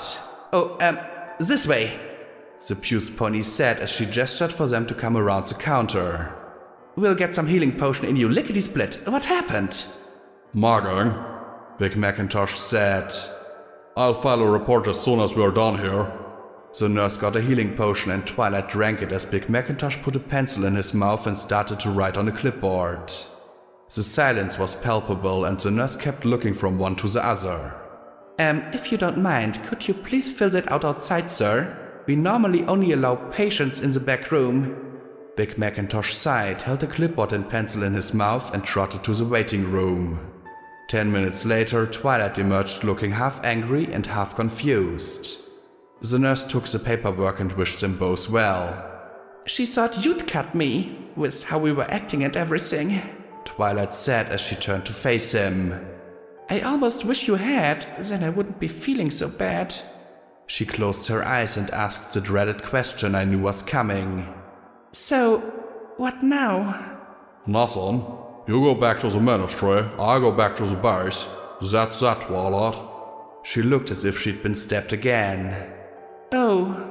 I meant what I said about it being improper. You're a leader of Equestria and I'm just a common grunt slugging things out in the trenches. If folks knew we're together, then neither of us will be able to do our jobs. I can't be dating the number 3 most powerful man in Equestria. You can't be socializing with a dirt panda like me. But... She began. No buts. And I have to admit that I'm mighty hurt this was how I found out. I never would have thought this of you. Rarity perhaps, but not you, he said firmly as he looked down at her. Now, if you feel up to it, you best get yourself back before they worry about you. And I need to make sure that brown jerk is peeling potatoes till his horn falls off. Twilight crumpled a little more as he turned away. Well, then, I'm sorry. Goodbye. Her flash coincided with the rumble in the clouds overhead. He got 3 steps before the hard Huffington rain began to fall and 6 before his rump hit the ground and he turned his face to the sky, hot tears mixing with the cold rain as he showed his own broken heart.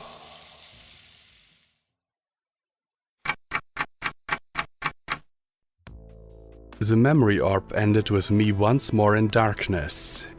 I stared into eternity as I listened to the gurgle of water around the ship and felt the steady rolling. I let the orb rest on my chest. I could see Big Macintosh in that rain, feeling his heart ripped out as he tried his best to keep up his stoic and calm demeanor. He'd said what he had to drive her away and protect her, I was sure of it. Suffering for the one you love because caring hurt no matter how you sliced it. But then, so did bullets. The gunfire outside was sharp and light. Low-power carbines and Varmin hunting rifles, but there were a couple of them. I heard the pop of a hunting rifle and the boom of a familiar heavy automatic pistol. The rifle fire increased. We were under attack and I couldn't do anything. Scotch! I called out as I rolled out of the cot. I didn't have a gun, barding, or any equipment. My legs folded beneath me and it was all I could do to crawl forward, whichever direction that was. Scotch, where are you? Some pony yelled in agony up on deck and the hunting rifle went silent. And then I heard the panicked breaths of Scotch tape staggering in along with the sounds of some pony dragging their hoofs in the door before collapsing hard to the deck. No, Mr. Tarboots! Scotch, what's happening? I asked as I felt around. Then I felt the hot blood rapidly cooling on the wooden deck. The others are late and there's ponies, like 4 or 5 ponies. They shot oil can and no Tarboots. He's got a hole in his head. And from the sound of the hoofs on deck, they were coming right here. Oh, they're coming! The terror ratcheted her voice higher and higher. Okay, Scotch, I want you to give me my pistol and point my head towards the hedge. Then I want you to find the hedge to the bilge. Get down there and no matter what you do, don't make a sound. Do you understand? She panted and I smacked her. Understand? Yes, but what about... Don't worry about me. I've had ships fall on me. What are they going to do? But you need to hide. You need to stay quiet no matter what. Can you do that? They were almost to the hatch. Yes, she replied. I felt the mouse grip on my limbs and bit down. Then she turned my head. There, that's the door. I patted her once and pushed her away, then sent a bullet towards the hedge as I sat there, a lump of flesh who could barely move. There was cursing and shouting and bullets were fired in towards me. I couldn't risk moving. With the creaking sounds the boat made in the river, I couldn't tell if it was them coming or not. I just used my best guesses, firing single shots with enough space for Scotch to get herself hidden. I managed about 2 minutes before the gun fired on an empty chamber and I sighed and spat the gun out. A moment later I heard a buck say, "She's out." Yup, I'm out, genius. I just kept sitting there. What else could I do? Afternoon. If you've come to steal the ship, well, I'm afraid the captain won't like that much. And she's the only one who can make it work. I said. Who knows, maybe I chanced upon practical bandits who were in a charitable mood and highly gullible. Holy shit. That's the security mayor? One said with a gleeful giggle. It was a familiar voice. As I remembered, he'd been screaming for me not to kill him the last time I'd heard it. Well, well, well. We come back to Fallen Arch, and not only do we find a nice old boat, but my family's murderer, too. Seriously? That's the bitch that killed Sidewinder? Another drawled. Technically, Deus killed him, I said, but these ponies weren't interested in technicalities. The realization of who I was spread rapidly. She killed my brothers, Ransacked our home. took our property. She's the mare that nicked me in the museum, one shouted. Oh, this was going to suck. You're fucking dead. A buck growled as he pushed a barrel against my blindfold. I swallowed. I couldn't let this be quick. Once I was dead, they'd rifle the ship. It would have to be slow. I grinned as wide as I could. Thanks for doing me the favor, jackass. Go ahead, put me out of my misery, I yelled as I twisted my head. Their shouts dropped to a dreadful silence broken by low chuckles. The gun was pulled away. No, you don't get any favors from us, security. And it smashed against my face. The fun began. I tried to put up a fight. I did. My legs might have been useless, but I could still swing them around and my mouth worked just fine. They grabbed my flopping legs and hauled me face down over a crate. Let's stop her flopping around once and for all! One cheered and the others laughed as they pinned down my leg. Then I felt a sharp stab. Pin her down, Nails! Wait, what? I didn't scream. Not at the spike of pain that went up my foreleg as the hammer struck the head again and again. Nor did I scream at the second, higher up.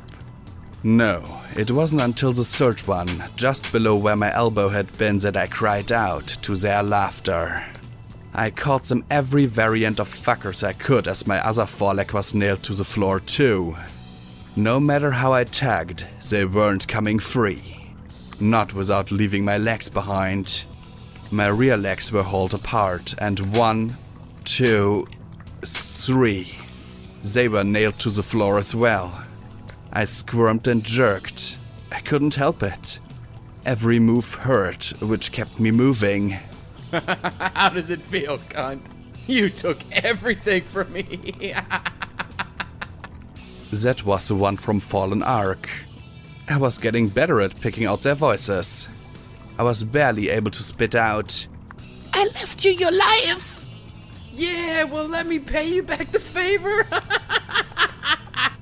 he replied. Then my tail was lifted and I felt a tongue. I couldn't help myself. I started to shake. I knew what was coming. I knew damned well. Hell, I was inviting it. Any indignity, pain, or humiliation. Just keep focused on me. It didn't hurt like the nails. Those had hurt more certainly. No, as it was pushed into me, I cried out, much to their delight. And as I got going, my own biology betrayed me, easing the violation. I hated it, but so long as I didn't hear Scotch cry out as well, I could endure. I had to. And so I let them fill me however they wanted. And they laughed and called me a slut as if words could hurt me now. Go ahead, I thought. Take another ride. Shoot another load. I can take it. I couldn't do anything, but I could take it. Again. And again. And again. But eventually even violation gets boring. And then a buck said from nearby, Finish her up. I'm going to see if there's anything else worthwhile in here. The fuck you are. I bit hard on what was trying to choke me, making him cry and pull out. Then I jabbed my horn into the side of the one who'd just spoken. I blew out his guts all over me with a magic bullet. Fun time was over. Cunt! Bitch! Whore! Pretty unoriginal, but they were upset as they stomped me. I fired again and again until one of them got a hoof around my neck. I struggled. Do it! Do it! They Yeah! began to cheer. I felt a sharp metal edge pressed against the base of my horn. One blow of the hammer and I screamed like I never had before. 2 blows and I felt blood trickle down my face. With the third, there was a resounding crack and I felt a snap within my head like a rubber band breaking. And I wailed like a fool. The pain of the nails was nothing. Nothing at all. Compared to this. An integral part of myself had been torn away. Finally, I went limp, my body glazed in at least 3 kinds of bodily fluid as I lay there over the crate. Enough. Fucking end this bitch. My face must have been masked in blood. Wherever Roses was, I apologized to her. Come on, I can take a little more. I whispered hoarsely, spitting out more than just salvia as I lay there. Just a little longer, just a little longer, a little more. Then I felt a sharp and strangely cold pain erupt in my side. Everything seemed to be oozing out of me. What, didn't I have enough holes? She's done, now toss a ship. Toss this, motherfuckers! P21 said. Then there was a dull thud and the most curious sensation. I couldn't move at all. Stun grenade, courtesy of the sand dogs! Every bit of me was limp and growing colder and colder. No, no, no, no, no, no, no. He muttered softly before he summarized my state nicely with a towel. Oh shit! Lecunai! Lecunai, get in here now! She's been stabbed! A little more. I just had to hang on a little more. There was a faint pop and a presence beside me. Oh, Blackjack, was all she said, and her hand touched my side. The warmth of her healing brought home the pain, but the pain reminded me I was alive. It let me hang in there. You fuckers! You beasts! You touched her! I'm going to cut off every piece of you that you put inside her! I'm going to nail your fucking legs to a rock and see how well you can swim, you motherfuckers! P21 screamed and I heard a dull thump over and over again. My mouth worked slowly as I fought to speak, but it was hard. I was so tired, so sore. Shh. Lay still. Lecunai stammered in my mind. I will try and find your horn. Perhaps it can be reattached. Don't. I rasped softly. I felt her ear on my lips. Don't worry. We won't let them get away with this. Lecunai swore. No! I coughed softly. Don't kill them. Lecunai didn't move an inch as P21 continued to rave and stomp my prone attackers. I don't understand. Let them go, I said softly. Lecunai was so startled she spoke aloud. Let them go? P21 finished his stomping. Let them what? I concentrated on breathing. It was all I could do. My attackers simply groaned. Killing them won't make things better. Blackjack, look at you. Look at what they did. I know, but I forgive them. I rasped softly. I hurt them too. I understand now. They aren't worth your forgiveness. P21 erupted. They're raping, murdering meat. They're scum, they're filth. They need to be wiped out. They need to be killed as slowly as they hurt you. How can you spare them? They killed Tarboots. They almost killed Oilcan. They were going to kill you and Scott. He paused. Where is she? He asked in a rush. I coughed. Safe below. Don't let her see. Still a kid, no matter what she says. I said with each heavy breath. P21, I'm dying. Please let them go. For me. Why? one of my attackers rasped. He's right. We're all scum. And I don't want to die. But why? The yellow pony once said, "Do better," and I don't want my friends to kill. I breathed slowly a moment. If you're dead, you can't do better. You're crazy. Another of my attackers murmured. How do you know we won't just do this again? I don't. I admitted. I could hear P21 grinding his teeth in frustration. Just do better. Please, just do better. I begged. I couldn't give back to them what I'd taken, but I could give them two things. A second chance and my forgiveness. I was probably dead soon anyway.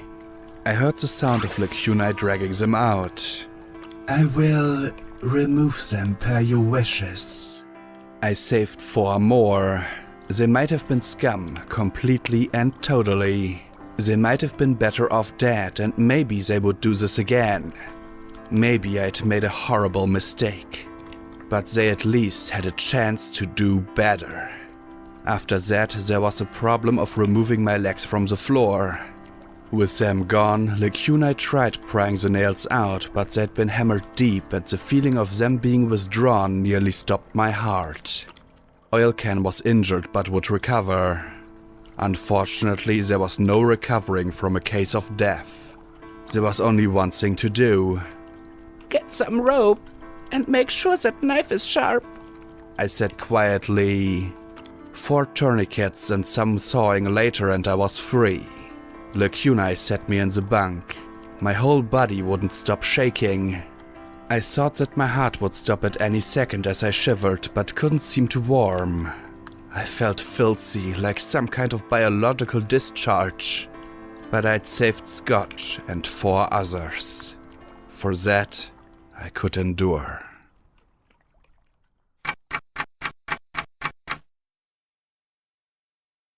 Needless to say, when Glory arrived with the captain and Seabiscuit, the shit hit the fan again. There was a whole new round of, "What? I'm sorry," and Thrush telling me how stupid I was for sparing Tabut's killers.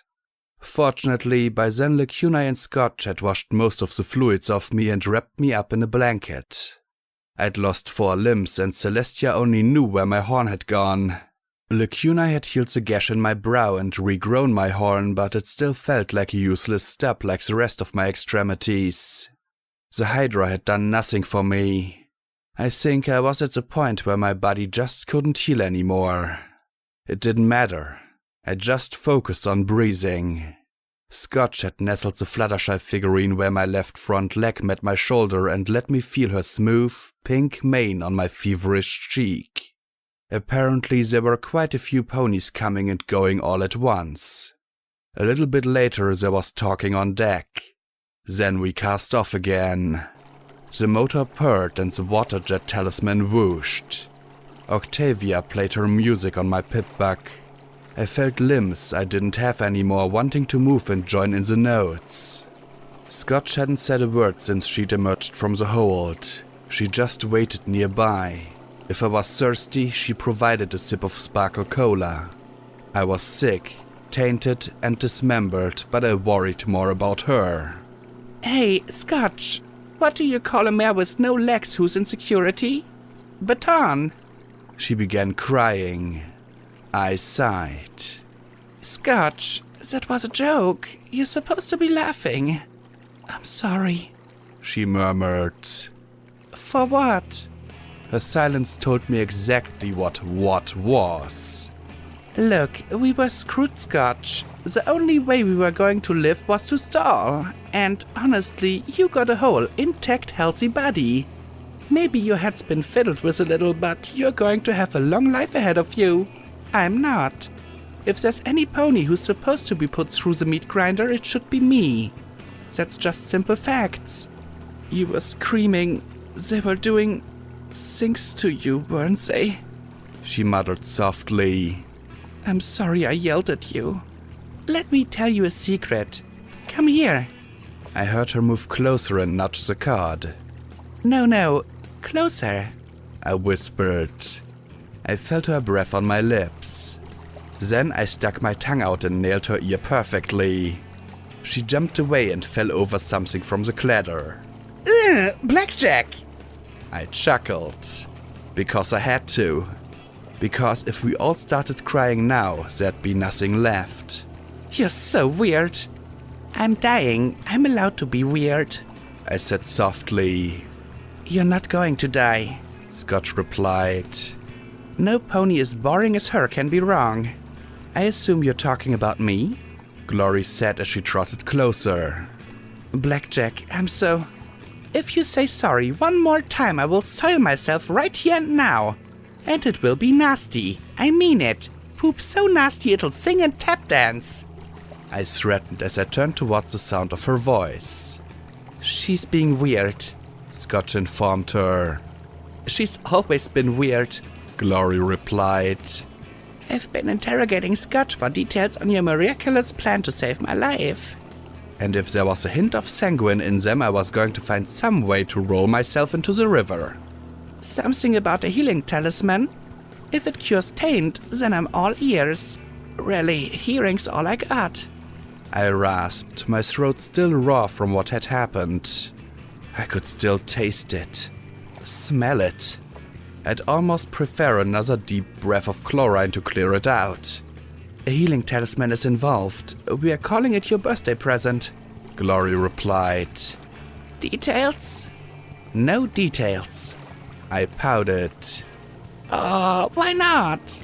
Because if we told you, then you'd stop us. I sighed at her words. So, Sanguine is not involved. He's the only pony who isn't. She kissed my cheek. I made a promise to you. Okay, good. But it was apparently a plan that I'd still hate. Okay, now I'm curious. You get to stay curious. For now, we have to take a little boat ride. Thrush says busting her and her crew out of the Celestia is worth one free trip. Free trip where? I asked with a smile, playfully. Then my lungs spasmed and I started coughing again. Apparently, inhaling water was a very quick way to get a nasty case of pneumonia, even without tainted organs. Shush, rest and conserve your strength. I replied softly. I want Rampage to come with us. She's doing Reaper stuff, fighting and doing what she does best. Don't care, want her here. She's my friend and I want her with me, I said simply and pointed one of my stumps at Glory. Make it so. She tried to sound indignant. Just because you're beautiful, charming, witty? I asked with a grin. Those were all preferable to the truth. Mutilated, maimed, and dying. She gave a hiccup and I added, no crying either. I mean it. Epic bowel movement of nastiness if you do. She sniffed and I smiled. I want her with us, Glory. I know why she left. Me and Scott on a boat alone. Something bad might have happened. But now we're together and I want all my friends with me. Okay? It's going to be a crowded trip, Glory said softly. Make sure you have a proper rotation to check my bedpans. The stench will probably peel paint. I knew it wasn't necessary. I hadn't eaten all day and wasn't the slightest bit hungry. And I was pretty sure my doors were so swollen I wouldn't be able to go without some heinous screams. But I had to be as blackjack as I could be. Ah well, I'd just hold it for the rest of my life. Alright, I don't like it, but we'll get her, Glory said in resigned tones. See, Scotch, you can get anything if you're sick and pathetic enough. The filly grunted skeptically. All being sick ever got me was a trip to medical for a shot in the flank. I slipped in and out of consciousness. I really didn't know if hours were passing or not. Aside from water and sparkle cola, I didn't drink anything. Glory tried to get me to eat some mashed up and roasted sugar apple bombs mixed with raw egg, but I was too sick for even her cooking. I knew there were ponies sharing the cabin with me, but I could never exactly tell who they were. Soon we'd left the river and were bobbing up and down. Are we on the ocean? I asked no pony in particular. Yes, P21 sat right at my side and I jumped. Well, would have jumped. Spasmed, really. He chuckled softly. I thought that when you couldn't see, your hearing got sharper. Yes, but you're still one quiet pony. I muttered. So... I'm not telling you anything about her plan, no matter how badly you shit yourself, Blackjack. I've seen the kind of mess you can really make, remember? He said with a soft chuckle. I don't think her plan is going to work, but it's her plan, even if you'll hate it. He then put a hoof on my brow. How's the fever? Blah. I muttered sourly. Why couldn't he be easier to manipulate? And the soreness? He asked quietly. For just a moment I was confused. How had he known? But of course he knew. I went a little red. Hurts. I'd suggest an ice pack, but I doubt there's an ice machine in the wasteland. He replied. And has it hit you yet? Has what hit me yet? I asked with a confused smile. But I knew what. I was just pretending. And he knew I was pretending. It's not a big deal. But it was a big deal. It doesn't hurt that bad. It hurt really bad. I started to shake, but I couldn't fall apart. Not now. Yet I couldn't stop. I had to do it. I had to. But that didn't change a thing. I could pretend with Scotch and Glory. I could smile and act like what had happened to me didn't bother me a bit. But not with him. Because he understood. Because once I'd done something similar to him. More than once now that I thought of it. Used him. Sent him back to be used. Sent him back to be the overmassed trick pony. And then, slowly, I turned. I tried to keep myself as quiet as possible as I rolled towards him and buried my face in his chest. And he held me close and muffled my sobs with his chest as all the pain and humiliation leaked out of me. I'd done this to him. Now I really, truly understood. I could only hope no pony could hear me now. I heard, and he did all he could to help me bear that hurt. Now I understood why he'd wanted to kill them so badly. To kill any pony who might do this to another. And next time I met those four, or any pony who'd done to another what had been done to me, I prayed to the little yellow Pegasus statue that I'd still be able to forgive. When I finally pulled myself together, I said with utter sincerity, I'm sorry. And now I really knew what I was apologizing for. And he knew it too. And I'm sorry for killing him. I was scared and I screwed up. I should have done more. I should have done better. Shh. He shushed as he stroked my mane. You know now. You really do, and so... I'm sorry. He sighed. Every time I see you and Scotch, I'm reminded of that place. Of feeling like meat. A thing. Being ashamed of my body reacting to the abuse. I shivered. Had I had. Goddesses, I had. He stroked my mane some more. Now that we were both broken, he could comfort a hurting mare. Thank you for saving my daughter from being raped. He said quietly. I nodded. You need to tell her that. I coughed and amended. The daughter part, I mean. I can't. Everything I feel for her is all twisted up inside me. Her mother was kind, but she used me. She never asked me if I wanted to be a part of her family she wanted. She simply assumed that I'd be there to give her the family she desired. I was never a person, just a role. He sighed softly. That was wrong, but you're punishing Scotch for what her mother did. She's a smart kid. A good kid. She's already figured most of it out. Talk to her. Maybe, he murmured softly. When you can, get Glory and Lacuna to wash you. That always made me feel better. But I was already drifting off with a smile on my face. After all, I heard Rampage coming aboard.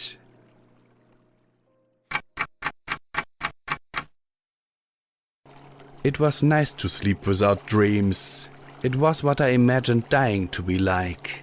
Nothing bad, good or otherwise. Being awoken with a hoofclaw at your throat, that wasn't so pleasant. About time. I murmured. What was taking you so long? You were expecting me? The Angel of Death murmured in my ear. Expecting? You're late. I have half a mind to not let you kill me after all. Very presumptuous. She chuckled. What happened to you calling me a monster? A murderer? Well, now I need a monster. Glory plans on doing something to save me. P21 knows I'm going to hate it. So, I need to die before it happens. So, get going. I'm raped. I'm mutilated. I'm ready to cash in. There was a silence, and then the hoof withdrew. No. You've got to be kidding me. No? What do you mean, no? This is your thing. This is what you do. I give a gift to end suffering. You spurned that gift. She purred in my ear. Take your own damned life. Quietly, she left me lying there. I listened to the hum and coughed up a wad of something raw. Something bloody and dark. Well, fuck. I muttered. Why was nothing ever simple?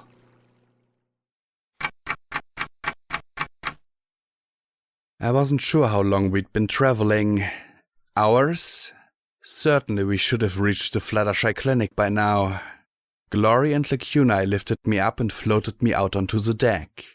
I heard the waves and felt the wind, and as I floated there in Lacuna's magic, I felt something else.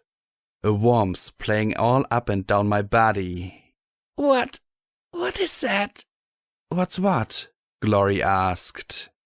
I feel all warm, but not like it's from the fever. I said as Lacuna began to wash me with a sponge. I was swollen and sore like damn, but I had to admit that it felt better than lying in that cot. That's the sun, Thrush said. The sun? But we must have been far out at sea. Where are we going? I asked softly. Told you, surprise, we should be there soon, Glory said. I was set down on a blanket. As I lay there, despite everything, I felt a little more peeved than usual at the Enclave's cloud cover now that I felt the sun's warmth playing on my hide. I always took it for granted, Glory said softly as the engine hummed. I nuzzled up against her and her wings slowly stretched over me, keeping me warm. I wasn't sure how much time passed like that, but gradually things began to cool off. Then the talisman slowed and stopped.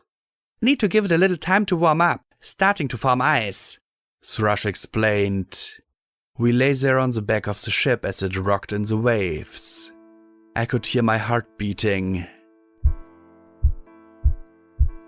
Is it night? I asked softly. Glory murmured. Mm-hmm. Can you see the stars? Oh, yes. A lot of them? All of them, she replied. Are they beautiful? Yes. Thank you, Glory. For what, Blackjack? Trying? Blackjack? Sorry. I should have fought. I should have held on longer as she shook me and called my name.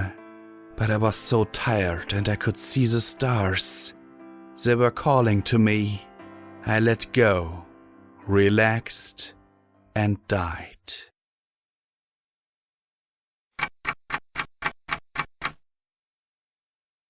Game over.